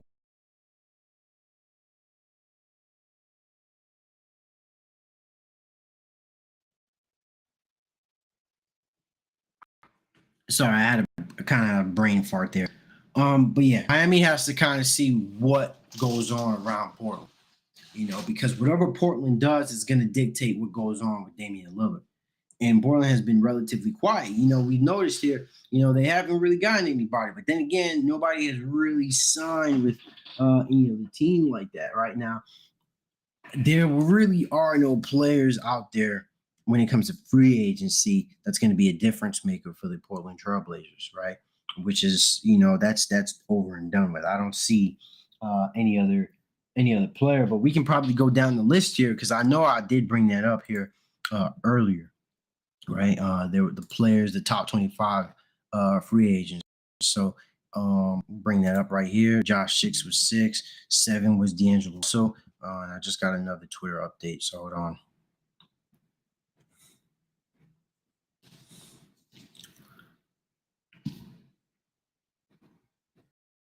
Oh, that's just the same freaking deal. Chris Middleton, M. Johnson, Jakob Poeltl, Draymond Green, Austin Reeves, restricted. Okay, so is Austin Reeves worth the Magnus offer sheet? It looks like he might be. A breakout star in LA on LA's run to the conference finals. Reeves is a rare case of player limited by the so-called Arenas rule because he signed a 2-year contract when he entered the league. That limits him signing the Lakers for a league average salary projected at $12 million a year. However, an offer sheet from another team has different rules.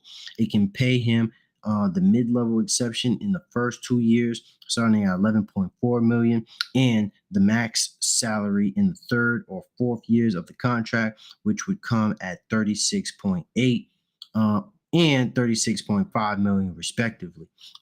Such an offer sheet would pay him a total of $98 million over 4 years, which is not entirely out of line with his broad valuation. The twist is that the Lakers can't offer this to Reeves. The maximum LA can do on its own is 53 over 4 years. That larger deal would have to come in the form of an offer sheet from another team, one with at least $25 million in cap space. There are softer versions of this that are possible. For example, bumping up the third and fourth years to a mere $25 million would require only $18 million in cap space. The good news for the Lakers is that their cap sheet can handle this offer sheet structure because Reeves' salary bump would happen right as LeBron's contract expires. If he picks up his player option at the end of 2025, that makes it less likely another team will offer it. Why burn through the entire memorandum? Oh, I hope I said that right. You guys can make fun of me in the comment section. I don't care. Plus a 1-day matching period on an offer sheet that will just be matched. That can get matched and likely leave LA in a strong position to retain Reeves at mid-level exception type money, right? Gary Trent Jr. Gary Trent Jr. at number 13. And I'm still going to be staying updated on free agency. I'm going to try to probably go for an extra hour here. If I'm still here by myself, I'll do 3 hours. But if I do,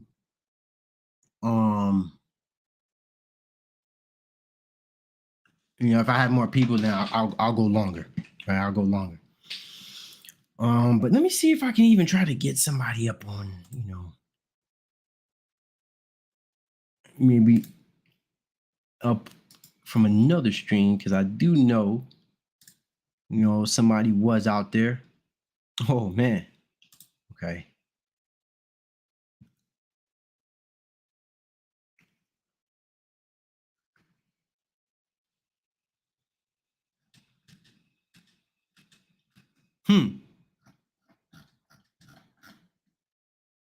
Yeah, I gotta tap in. I really do want to tap in, man.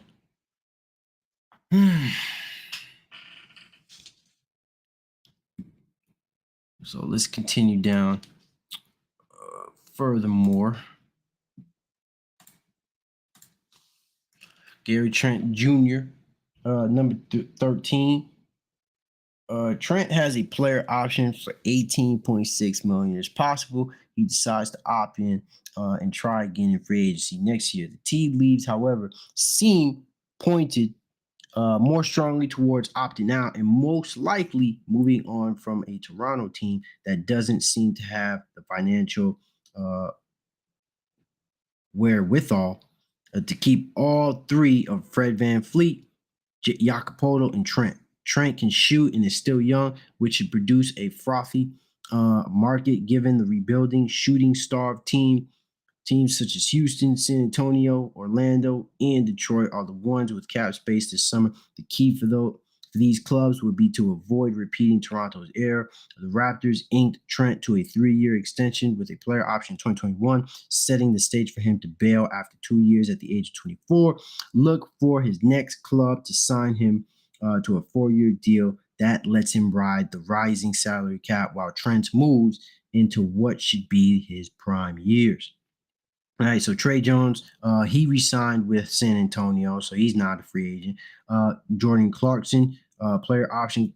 Clarkson has a player option for a $14.2 million contract that he is likely to decline and hit unrestricted free agency. That is, unless the Jazz decide to get funky, because Utah is so far below the salary cap for the coming season. One option for the Jazz would be to have Clarkson opt in, then immediately renegotiate and extend his deal to put a larger cap number on the books for 2023 to 2024 and much smaller ones in the extension years, right? So I'm going to tap into this, but give me a second because I got to go on mute real quick, guys.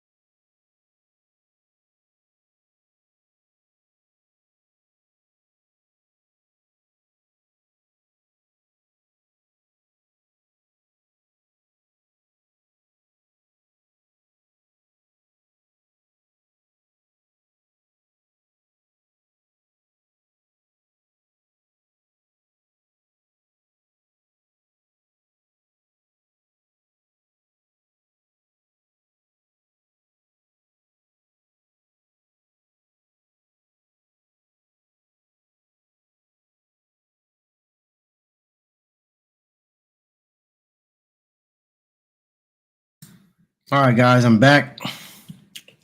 Back at it again. We're gonna keep scrolling through this. All right, so PJ Washington also, right? But had some crucial parts on the second half of the season. Had some, some good moments. And I think he'll be a good piece. To almost any roster, he's a good versatile big man. He's young too, so that's something we also want to take into account. Washington is a tricky player to evaluate. A jack of all trades, master of none type.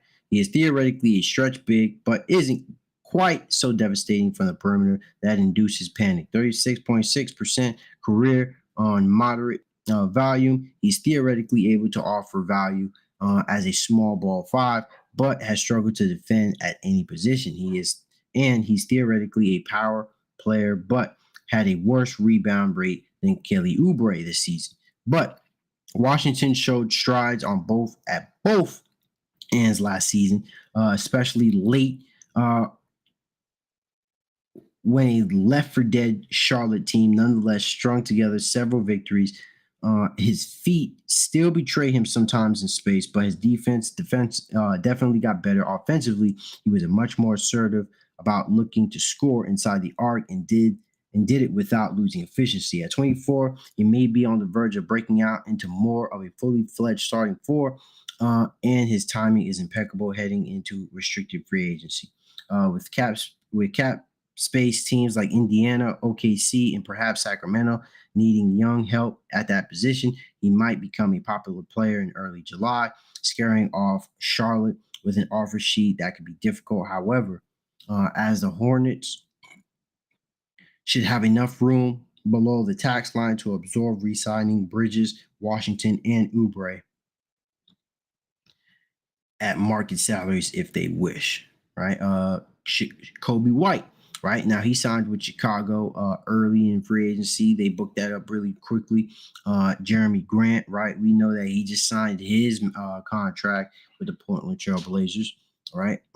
Bruce Brown, he's going to the Indiana Pacers. Dylan Brooks, right? We mentioned Dylan Brooks here earlier. Under any circumstance, really, what about the circumstance where you can't find a starting caliber small forward with a non-taxpayer mid-level exception? The minute Memphis says it wasn't bringing back Brooks, however, he immediately became a hugely interesting free agent for any team with cap space and defensive issues. Coming off a second-team all-defensive selection and in the prime of his career at 27, Brooks should be an attractive target for cap room teams such as Houston, Detroit, and Utah who need a defensive stopper and have an ability to go above and mid-level exception on a multi-year deal. All right. Harrison Barnes just re-signed with the Sacramento Kings. 22 is Christian Wood. I don't know if he's going to be back in Dallas, but it's good to read up on him also. Well, that was an interesting ride. Mavs steadily soured on Wood despite substantial production, partly because of his defense at the five and partly because everything got weird in Dallas during the second half of the season. Wood caught somewhat between positions of 6'10", 214 pounds, and might function best as a third big man who can flex between power forward and center. At either spot, he is a huge force offensively with three-point range, the ability to attack off the dribble, and enough pop to be a lob threat as a rim runner. The other use for him, however, is just as a starting center, especially if he's paired with a bully four who can cross match with him at times. Wood's other calling card is that he's the best big who is clearly available, with the other centers at the list likely returning to their own teams. He should be the first call for any team in need of offensive firepower at the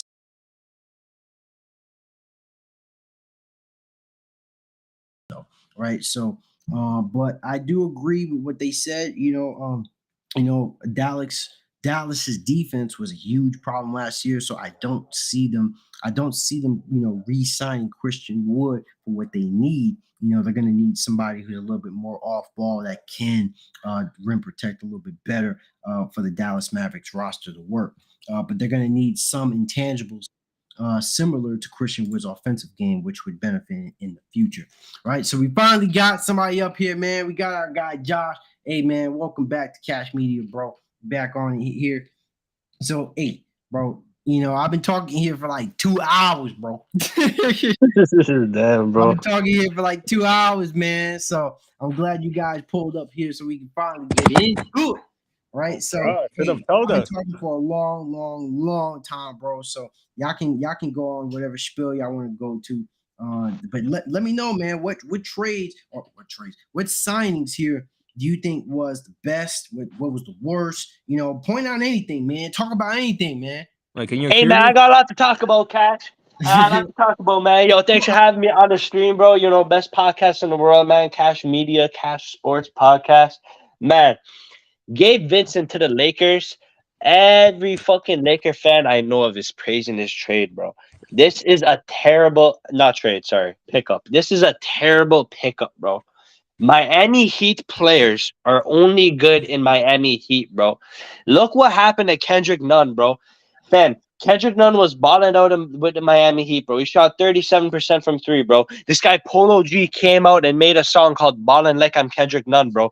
Just for this guy to go to the Lakers, bro, and get no playing time. I'm telling you, it's the Miami Heat culture. There's certain players that are only good in the Miami Heat uniform, bro. And Gabe Vincent is not going to be good for the Los Angeles Lakers. And I understand Gabe Vincent had a great playoffs, but even in the regular season, it's not like he was good for the Heat. This guy shot 33% from three in the Miami Heat uniform. We know the lights are a lot brighter in Los Angeles, and we know that a lot of these shooters suddenly can't shoot when playing next to LeBron James, and I'll be very, very surprised if Gabe Vincent ends up being a good pickup. Y'all are gonna hate him next season. I got some more shit to say, but I'll let you respond to that first. Okay. All right. AK. Yeah, I don't think Gabe Vincent is their savior either, bro. Know what I'm saying? Yeah, if you think that he's gonna play better than Zillow, well, shit. I hate to be the bearer of bad news. He's gonna flop just as bad as Zillow did for them. Okay. All right. So here's where you guys are both wrong. Right. So let me point this out since I've been covering this shit for fucking 2 hours. Right. So first off, the Lakers still have an opportunity to sign Austin Reeves, D'Angelo Russell, and still have the opportunity to sign more for veteran. So here's where you guys are looking at this completely wrong, right? Gabe Vincent is not here to be no freaking savior, okay? He's there to bring depth, right? So let's start at that.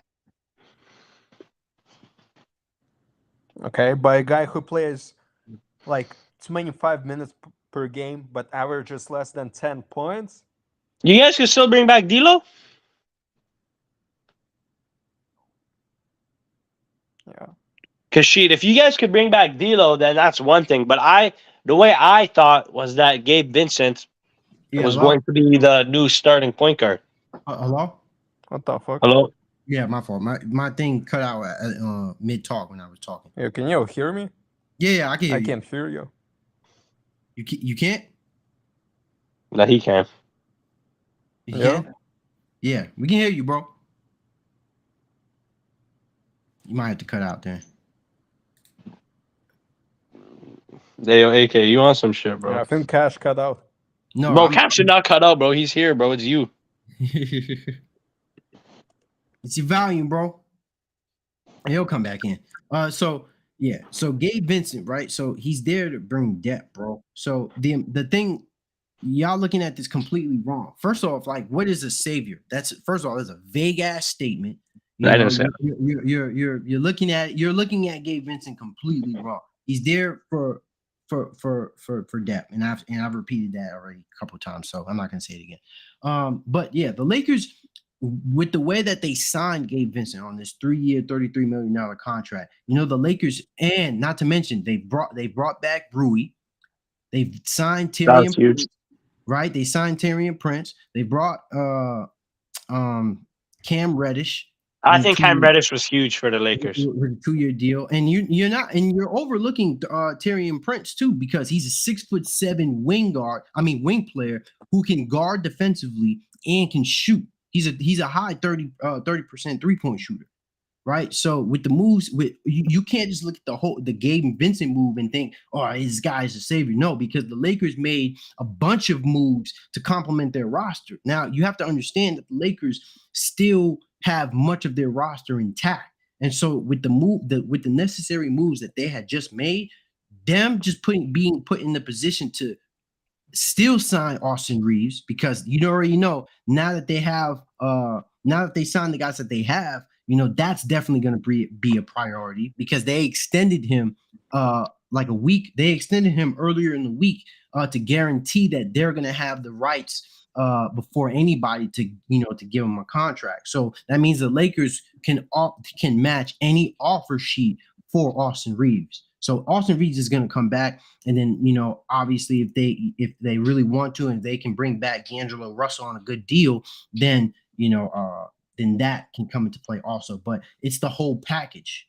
You understand? So it's the move as a whole. So what I take away from this with the Lakers is that it brings versatility at the wing position, because now obviously LeBron James is getting older. He's not going to be able to maintain the level of minutes at least throughout the season. So now you have guys like Jared Vanderbilt, Taurean Prince, Rui Hachimura, and Cam Reddish. You're bringing a lot of guys who have height, and that's going to be able to defend, and that's going to be able to help defend the perimeter, for the Lakers. So that's really how I'm taking it. That's how I look at it. Gabe Vincent was a guy who had some spot, he had some moments in the playoffs, and really that's all they need him to be. That's really all they need him to be, because at the end of the day, he's a guy who can shoot. He's a guy who can defend at the perimeter, and he's a playmaker at that, because in the playoffs, he was averaging damn near 5 assists per game. So he's somebody that you can trust to bring the ball up the court, right? So it at the end of the day, man, it's a team game. And so the Lakers are just trying to make their team better. Yeah, but what I'm saying, like, you're asking Gabe Vincent to be your starting point guard. Are you not? I mean, relatively. I mean, hasn't he proved that he can be a starting point guard? But like what I'm saying to you, Cash, is that with the Miami Heat and the Miami Heat culture, there are certain players that thrive under that culture, and then when they leave the Miami Heat, we see who they become. Remember now, Kendrick Nunn was balling with the Miami Heat. He was in the Rookie of the Year conversation when he got drafted with fucking LaMelo in them. And then all of a sudden, this guy leaves Miami, and he's not even in the rotation, bro. Polo G came out and made a song and said "Ballin' like I'm Kendrick Nunn," and now the man's not even balling no more, bro. I think Gabe Vincent thrived off the Miami Heat culture, and I think the lights are going to be too bright for him, bro. I just don't have a good feeling about it. We know we've seen a lot of shooters that are so-called shooters, but then when they play with LeBron James, their lights are too big and they can't shoot anymore. And it's not like Gabe Vincent was shooting great in the regular season. He shot 33% in the regular season. I mean, look, man, Gabe Vincent is a decent pickup. Don't get me wrong. But where I'm coming, like, I'm not saying that he's the savior like AK is. That's ridiculous. No one's saying he's a savior. But what I'm saying to you, Cash, is that this does not fix your starting point guard issues. I don't think Gabe Vincent is a better player than D'Angelo Russell. Do you? I mean, but nobody. But did you not hear what I said earlier? They still have a chance to get D'Angelo Russell. They can still get Austin Reeves and D'Angelo Russell. So if they're still going to be able to get both those players, I don't see why you're still looking at this with so much negativity. But Cash, me and you both know damn well they're not getting D'Angelo Russell. But you don't know that though, bro. Yes, we do, bro. But if you're talking cap space, this is what we gotta understand with free. Remember, free agency is not basketball. You can't measure it with basketball. You can't measure it with the way with opinions. You have to measure it by the numbers when it comes to the salary cap and what these teams are able to do and what they're able to not do. And what they're still able to do is still sign those players and still have room to get other veteran players. Like you can't bloviate this trade like or this signing like it's supposed to be like, oh, Gabe Vincent is here to be a big 3 player. No, because at the end of the day, Austin Reeves, I mean, I don't know what you're saying, bro, but Austin Reeves is still takes precedence in this offense. He's more of a priority. They just wanted to bring someone in that is familiar with a gritty culture, who has discipline, right? Who can play with other players, because Gabe Vincent is a player that, under the Heat culture, he was still able to show some glimmer and glam here and there, playing alongside Jimmy Butler, Bam Adebayo, and other players who were able to share the ball and score also. But even then, right, Gabe Vincent is literally just there to be the player that he was, that we had seen on the Heat. He's not going to be a world beater, bro. What he's there to do he's there for depth. That's all he's there for. He's there for depth. If anything, he might be. Remember, they wanted to go after Kyrie Irving, right? But if they were to, if the Lakers were to go for Kyrie Irving, they weren't going to have room to sign Rui, Cam Reddish, Tyrion Prince, right? They weren't going to be able to sign a lot of these guys. But instead of going after Kyrie Irving, they decided to go for more depth. You can't, not every team is going to focus on their guard spot. Other teams are going to focus on other parts of their position and then try to measure their game around their personnel. The Lakers' strong suit is their wing positions and their front court. But the point is they haven't fixed their main issue, which is why they'll be a first-round bounce next season. And what's their main issue? Shooting. Okay, and I just explained that, and I just explained Tyrion Prince, right? He shot in the high 30%. Cam Reddish is a 3-point shooter. Gabe Vincent is a guy who can shoot. Bringing back Austin Reeves would be a shooter. D'Angelo Russell is still a shooter. So how can you say they didn't address it? They signed players who can shoot. They literally did. So for you to say that they didn't address their issue is completely wrong. Cash, I think what happened is that they're asking Gabe Vincent to replace D'Angelo Russell as their starting point guard, and I don't like that, bro. Yes, they might have cap space, but Cash, do you think they're going to re-sign D'Angelo Russell? I don't think anyone thinks that they're going to sign D'Angelo Russell. I mean, we don't know that, bro. I think we do, because I think we have a pretty good indicator, because against the Nuggets in the playoffs, D'Angelo Russell got benched for the entire fourth quarter. How are you going to re-sign a man who you're going to bench for the entire fourth quarter? I mean, but understand this, though. You understand, Dennis Schroeder was on that team also, right? So Dennis Schroeder, and by the way, this broke just a couple minutes ago. Dennis Schroeder. They bringing back Schroeder? No, he's on the Raptors now. So Gabe Vincent was there. That's a big loss. But that's why they brought Gabe Vincent there. Yeah, but that's not a good sub. How is it not a good sub? Explain. Because compared to what Dennis Schroeder did in the playoffs last year, compared to what Gabe Vincent did last year, it's almost the same thing. It's relatively similar. Yo, Cash, I hear all your points about depth and everything, but I also do think that there's something to star power. You know what I mean? I don't think that Gabe Vincent's an average starting point guard in this league. I think he falls probably below average. He's not one of the best 15 point guards in the league. I think this is just what I think, and you could comment on this and tell me if I'm wrong. I think the Lakers already have very good depth with Rui Hachimura, Cam Thomas, Austin Reeves. I think the Lakers' depth was actually one of their strong suits last season, and I think that their focus should have been getting a star instead of someone like Gabe Vincent. Now, I do like all the other pickups, especially Cam Thomas. Cam Thomas is really underrated. Cam Thomas is wait, is he on the Lakers now? No, not Cam Thomas. Who they signed? Sorry, Cam Reddish. I might have meant to say. Cam Reddish is a guy who's about to break out any season. I just know he is, bro. I seen his college clips. Cam Reddish is a guy who's going to break out. So that was a very good pickup. Cam Reddish is probably going to be your fourth or fifth best player next season. Real shit. I think he's going to break out. He's still very young. But yeah, man, I definitely think you guys needed to upgrade in that point guard spot, man. Because I get all the points you're saying, but you have to ask Gabe Vincent to compete against guys like Jamal Murray, against guys like, Bro, you but know, hold on, Bradley because Beal, Devin hold Booker. on, hold on, because you're trying to say it's like you're trying to imply like Gabe Vincent's gonna be the only guard in that spot, bro.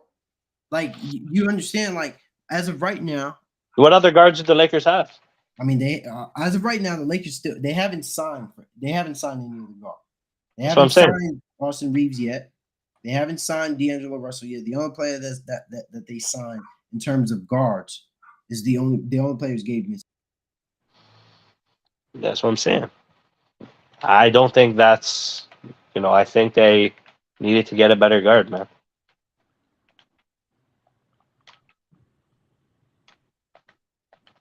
I like all the other moves. I mean, you think like how would you rate the Lakers offseason so far? Like, give it a letter grade. Yeah, well, my joint cut out again. I might have to do the restream on the website instead because this thing keeps cutting out on me. You can hear me though? Yeah. Okay, all right.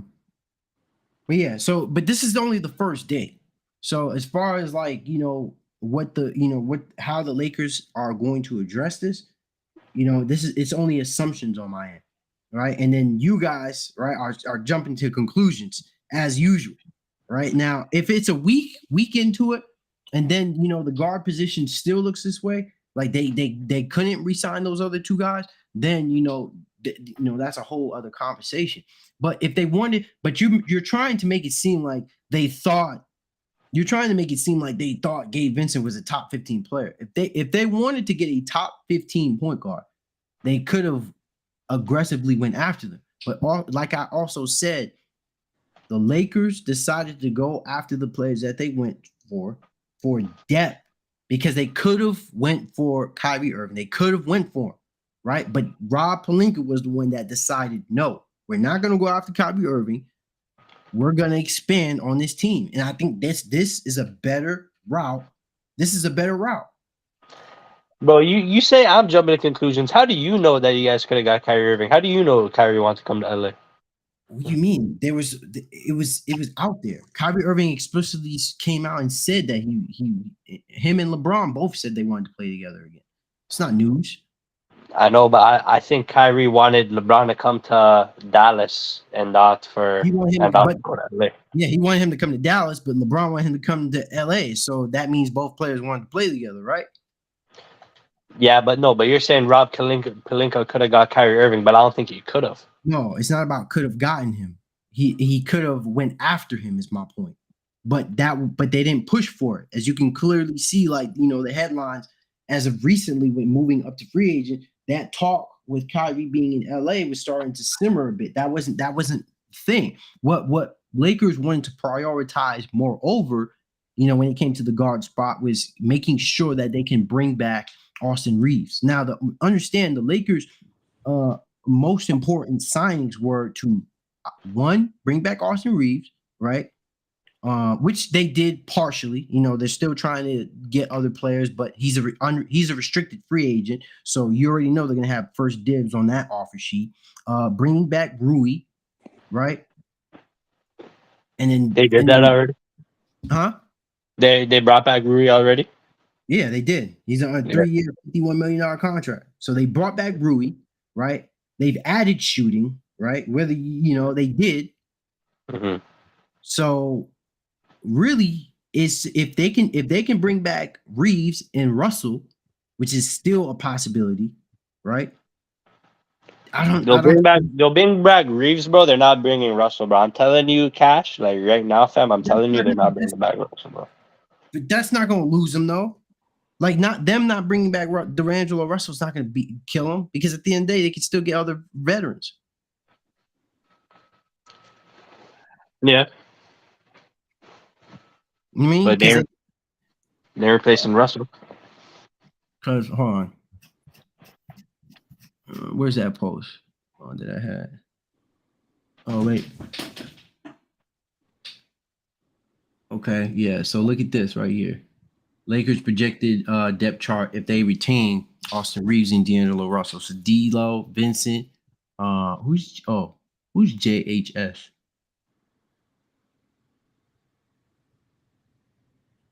Who's JAS? J. Who? I don't know who that is. JHS on the Lakers. Oh, the I think that's the guy they just signed. The guy they just drafted. Not. My fault. Is it not Vanderbilt? No, no, that's here. Rui and Vando. Uh, So yeah, that's that rookie that they drafted. oh yeah. Yeah. Reeves, Chrissy, Lewis, LeBron, Prince, Reddish, Rui, Vando, AD. My thing is, honestly, I think what they should go after is a big man. What they need is a good five. If they can, oh yeah, Jalen Hood Shafino. Thank you. Appreciate that. Quandale Dingle. Appreciate that though, bro. Yeah, they should go after a five, man. They should go after a five. Like I feel like if you can get a good deal, right? If you can get a decent deal, I know this is kind of not what they should go for, but I think they should go after Christian Wood. I think Christian Wood would be a good sign. Because I think the Lakers make up for much of the defense. The other much of the roster makes up for a good part of the defense. So going for somebody like Christian Wood would help with shooting and also offense. So I think Christian Wood would be a good sign, but I think it entirely depends on how much money they bring him for. Because my thing about it is I don't think AD should just be at the five, continuously. I think he needs to be at the four. Or at least rotate him in those two spots. Aren't Rui Hachimura and Christian Wood like kind of the same player? Say again, Christian Wood and Rui Hachimura? Yeah. Yeah, but Rui's not a center, bro. Christian Wood is a center. I know the issue with Christian Wood. I've been watching him for a long time. Is that I agree with you with the signing? I think it would be a good signing because Christian Wood. So so I got one suggestion. He says I say go after Frank Kaminsky. He's reliable and he can shoot three and cheap. I ain't gonna lie. I don't even know who that is. Frank Kaminsky. He played for the Hornets. He's not a big player, but I agree. I think that's a good one. But my fault though, Josh. Talk, bro. And you can talk about the trades, man. We don't gotta keep talking about the Lakers though, bro. Yeah, bro. Yo, just to talk about Christian Wood real quick. Yeah, I'll switch it up after this. Just to talk about Christian Wood real quick. The thing about Christian Wood, which I've noticed, is that he's too big-footed and too lethargic to really play the four. Wait, hold on. Seth Curry agreed to a 2-year deal with the Mavericks. So Seth Curry is on the Mavericks now. Yeah. That's a great pickup. Yeah. Mavericks are one of the most 3-point relying teams in the league. That's a great pickup. But yeah, what I was saying was, he's too lethargic, too big-footed to really play the 4 position. He's not mobile enough to guard a lot of power forwards in the league, but he's just too damn small to play the 5. He has no defense. So with him going to the Lakers, that would be a good pickup because the Lakers defense could kind of mask his defensive inabilities. And Christian Wood's a great offensive center, but his defense sucks. It's trash as shit. I don't know if you guys seen it, but it's trash as shit. But yeah, man, moving on, I would say the Lakers, just stayed the same in the offseason, which is not what you're looking forward to, They kind of, it's almost like they're running it back, but with different pieces. That's kind of how I look at it. I don't see much improvement. But moving on to these other free agents, I think Kyrie Irving to the Dallas Mavericks is huge. last season, a lot of people were saying that it was almost a done deal that Kyrie wasn't going to resign, but I did feel like he was going to resign because I think Mark Cuban went to Kyrie Irving and said, "Look, you had a lot of problems with the NBA media. You had a lot of issues with teams and organizations. If you play for the Mavericks, we promise you could do whatever the fuck you want. Just show up come playoff time." And I think Kyrie said, "Wait, I can do whatever the fuck I want." Mark Cuban said, "Yes." Kyrie said, "Yo, I could play 50, 60 games. It's not going to be an issue." Mark Cuban said, "No." And yeah, I think it's also a very good fit. Luka and Kyrie chemistry is going to get a lot better. Mavericks need a good big man though, so still waiting for that to happen. But the fact that you got Kyrie Irving under contract with Luka Doncic for a very long time is huge for the Mavericks in their future. Because I think if Kyrie walks, Luka walks too. But now, you got him a star, you got him a legitimate co-star, which is what they've been needing for a long time. And yeah, man, I think Kyrie finishes his career in Dallas too, man. I think it's a really good fit. I just get really good vibes, which is why I was so high on them last year. I get really good vibes about the Mavericks. And depending on, what they do the rest of the offseason, what trades they make too, don't be surprised if they're in the finals, man. Do not be surprised. I would be surprised.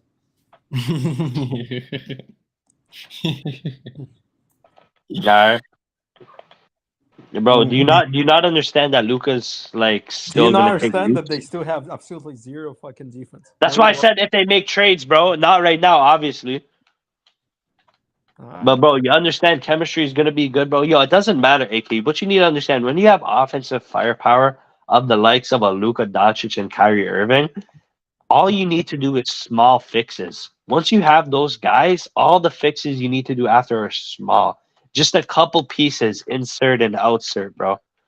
They need to get a guy like Miles Turner, and I think that's it, really. You just need some type of defense. You don't even need the craziest defensive presence. Fuck it, bro. If they got Jakob Poeltl from the Raptors, fam, like, yo, I'm telling you, bro, that team's one of the nicest teams in the league, bro. You don't understand, bro. You don't understand. And Luka's going to take leaps, too. Yeah, but they couldn't get rid of Jakob Poeltl. He's already re-signed with the Raptors. I know. I was just giving an example, though. Like, I got you. yeah, like Jakob Poeltl's not even like Jakob Poeltl's about as average as they get for a center. Probably even a slightly below average. I mean, nah. Completely disagree. I mean, because How do you disagree, bro? Because for one, because you're trying to say you're trying to lean forward and say that he's a bad player. For one, the Spurs traded him for a first round pick for a reason. Right now, I'm saying he's average. Huh? I'm saying Jakob Poeltl's objectively an average center in the league. You said slightly below. I mean, probably. I mean, like, okay, so what's average to you? Yeah, okay, but like, what's average to you, Cash? Like, sorry, I'm not trying to derail the flow of conversation. To say that he's below average is the part that I disagree with. But to look at him as an average center or somebody with some upside or a good role player addition to your team is definitely a plus. Like Jakob Poeltl, trade the Raptors trading for Jakob Poeltl improved their interior defense, which was much needed for the Raptors. Right. So he was an instant game changer for the Raptors, in a positive way. Now the Raptors, right, they were already deep in the depth, so they couldn't really make the necessary changes for them to kind of get over that hump. They were kind of on the fence on, what to do with OG Anunoby. They had some trades with him. Obviously, Fred VanVleet didn't play as, kind of live up to that hype, off the deal that he had. He never kind of played that same type of play to that level during that 2019 run. So no, I think Jakob Poeltl is a good addition to a team. Now, if he were to play on maybe another championship contender, then I think that's a different conversation, and I think his value would increase tremendously. Right. So I agree. It's just when I say average, there are 30 NBA teams in the league. I think of, are you like an average? The definition of an average center is the 15th best center in the league because there's 30 NBA teams. Somebody said this isn't 2K. The Mavs need a whole lot more than small changes. Hey, And, man. and you know what? And the thing about it is with the Mavs, right? So obviously the center position, they need a rim protector, which is going to be huge, right? But the Mavs need to for one, get some depth on their bench because you can't be driving these two guys on the court, right? That's for one. We gotta look at that. And then also they need to add some versatility at their wing spot. Like they need to They need add some Dylan Brooks. huh? They need a guy like Dylan Brooks. Honestly, I wouldn't disagree with that. For what's out there on the market, I think Dylan Brooks would be a decent fit. The I think the 3-point shooting can get better down the road, but for him coming off the season that he had and being an all defensive player last season, honestly, I think that would be a good pickup for the Mavs. To be honest, I think that would be and plus he'll get a lot of 3-point shooting opportunities. He would. So I can see his 3-point shooting getting better next season if he was to focus on that. And then obviously it would focus more for him to focus. Sorry, it would give him the ability to focus entirely more on defending, and then he would just have to get better with shooting. But that, the shooting part is really why they let him go, because he was Brick City last year. I could see Dylan Brooks to the Heat for their scheme. All right. Oh, so that's interesting. He said Dylan Brooks being on Miami Heat. That wouldn't be bad neither. I'm not gonna hold you though. I think the Miami Heat need offense, not defense. That's just me personally. You do. Yeah. I got you. Here's the players that's still available out on free agency. So D'Angelo Russell, Dylan Brooks, Brooke Lopez, Christian Wood, Kelly Oubre, Max Strus, Devontae DiVincenzo, and then Russell Westbrook, man. So if you guys are tapping in, man, like the video and let me know, man. All right, so we don't gotta stay particularly on one thing. Just look at this list. Right, and just give your opinions. I want to point out a quite funny fact. How so Rockets signed Fred. To the you're talking about he's the first max contract of the summer. Exactly, and that's the funny part. So this guy Fred signed to a 3-year contract for 130 mil. Kyrie Irving signed also to a 3-year contract, but he gets paid 126 mil. So Fred gets paid more than Kyrie Irving. Yeah, that's crazy, bro. What world are we living in? Exactly. But this is the business side of the NBA, man.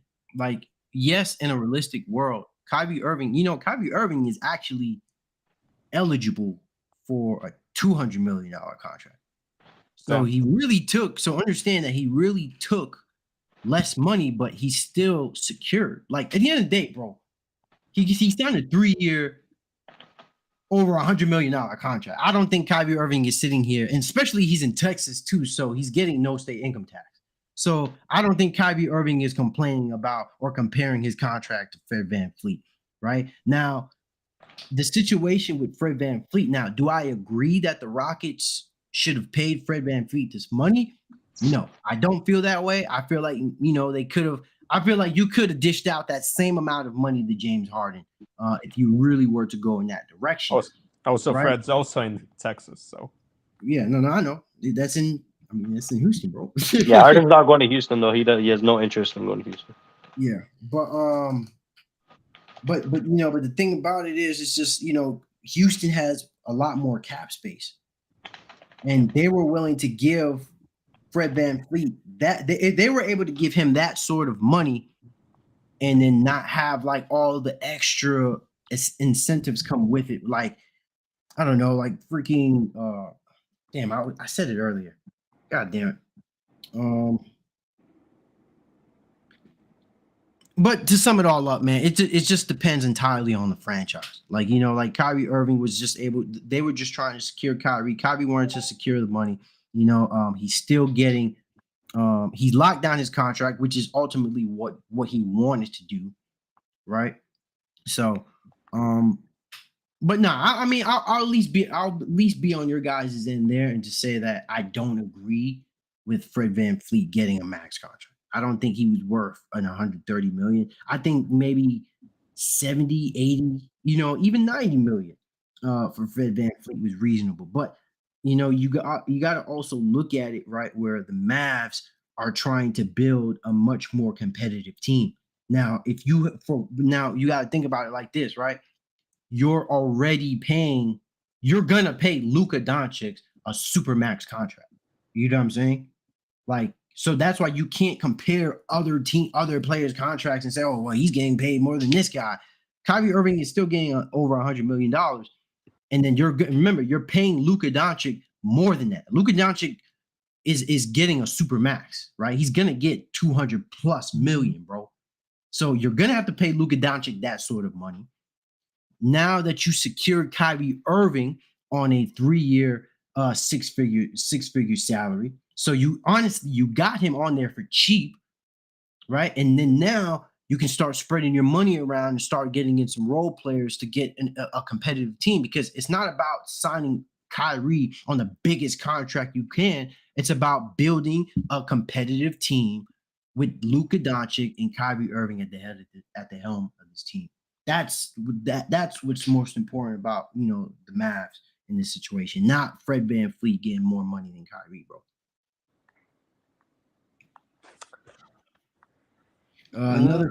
Another fit I'd love is Pat Bev to the Celtics, since they lost defensive point guard and Marcus Smart. He throwing out some good picks out there, Dingle. Where Josh at? I think his thing crashed. What about resigning Draymond? I mean, what do you think, bro? I think that's not. I mean, yeah, I think that's good. I mean, they stayed loyal to the player. I mean, he's got a good contract, not a crazy contract. So I think sounds about right. I mean, he's out. He doesn't deserve anything more than that. I mean, I wouldn't. I mean, to say. I mean, I think it was a little even. I would say it was even a bit generous. It was a bit too much, maybe. Not like over the top crazy, but I mean, yeah, that's not a bad contract. I mean, considering how they got rid of Jordan Poole. Oh, wait. All right, so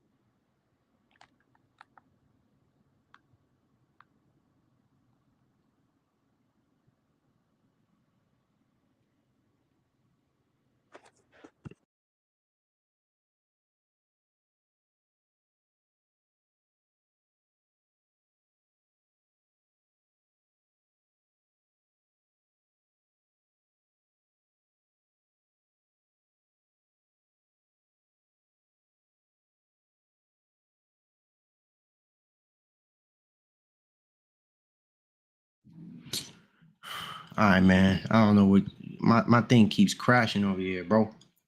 You hear me? Yeah. Yeah. I might not be able to stay past this 3-hour mark if it keeps doing that, to be honest. All right, it's fine. We can. Nah, but we still got 20 more minutes. I still want to hit that 3-hour mark though. Gerald Cross, though, he just had another good idea. Brooke Lopez to the Lakers. D'Lo gonna bring back Schroeder. Shooter. Hey, hold on though. I gotta be on mute real quick.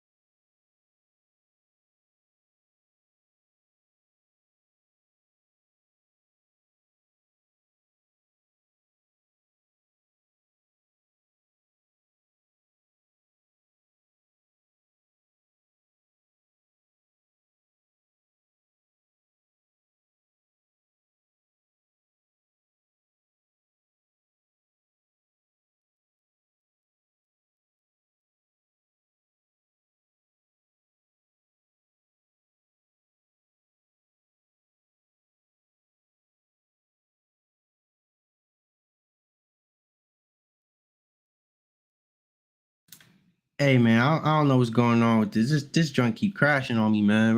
Restream, man. I pay like $100 for this, man. Bro, get your money back. Nah, for real. Like I don't know why he keeps crashing up on because I'm using the whole app and everything. But Rose to the Grizzlies, yeah, we got that one. Brooke Lopez to the Lakers.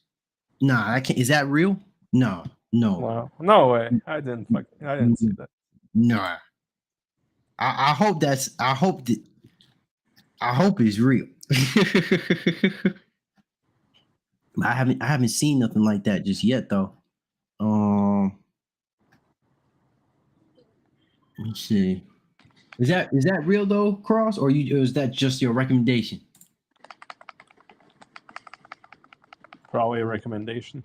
I want to see because Brooke Lopez, that's a he's a vital part in this Bucks on this Bucks team moving forward. He had a really good year last year, and I don't think the Bucks can afford to lose a player like that, man. He was averaging like damn near 3 blocks. 3 blocks.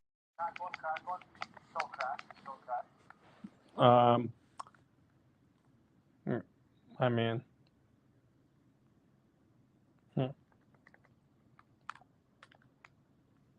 Yeah, man. So here's the thing. This thing keeps crashing out on me, man. So yeah. I'm gonna have to end it off here. I already hit like 2 hours and 40 minutes, man. I apologize, y'all. But I don't want to keep trying to talk on here and then it keeps cutting in and out on me. So thank you guys again for tuning in. It was a really good NBA free agency. Subscribe, man. Hit that bell, that notification button. We will be streaming again tomorrow to talk about the first.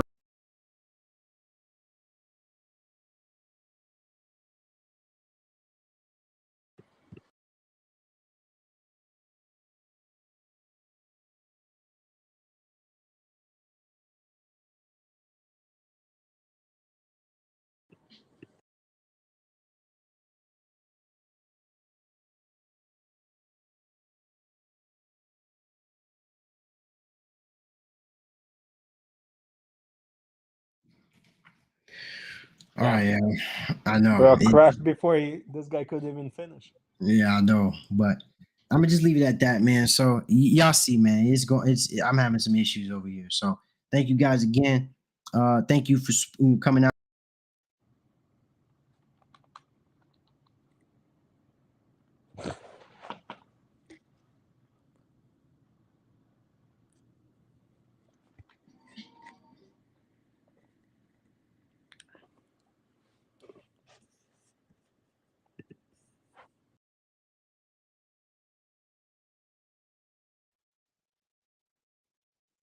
All right, y'all.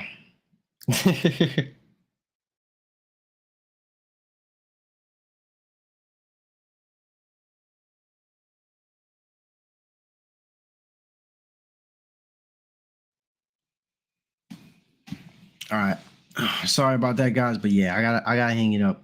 But we're gonna be streaming here tomorrow. Leave it at that because I keep crashing. But thank you guys for tuning in. This is Cash Media. Thank you again, and have a great Friday, man. We're tuning again.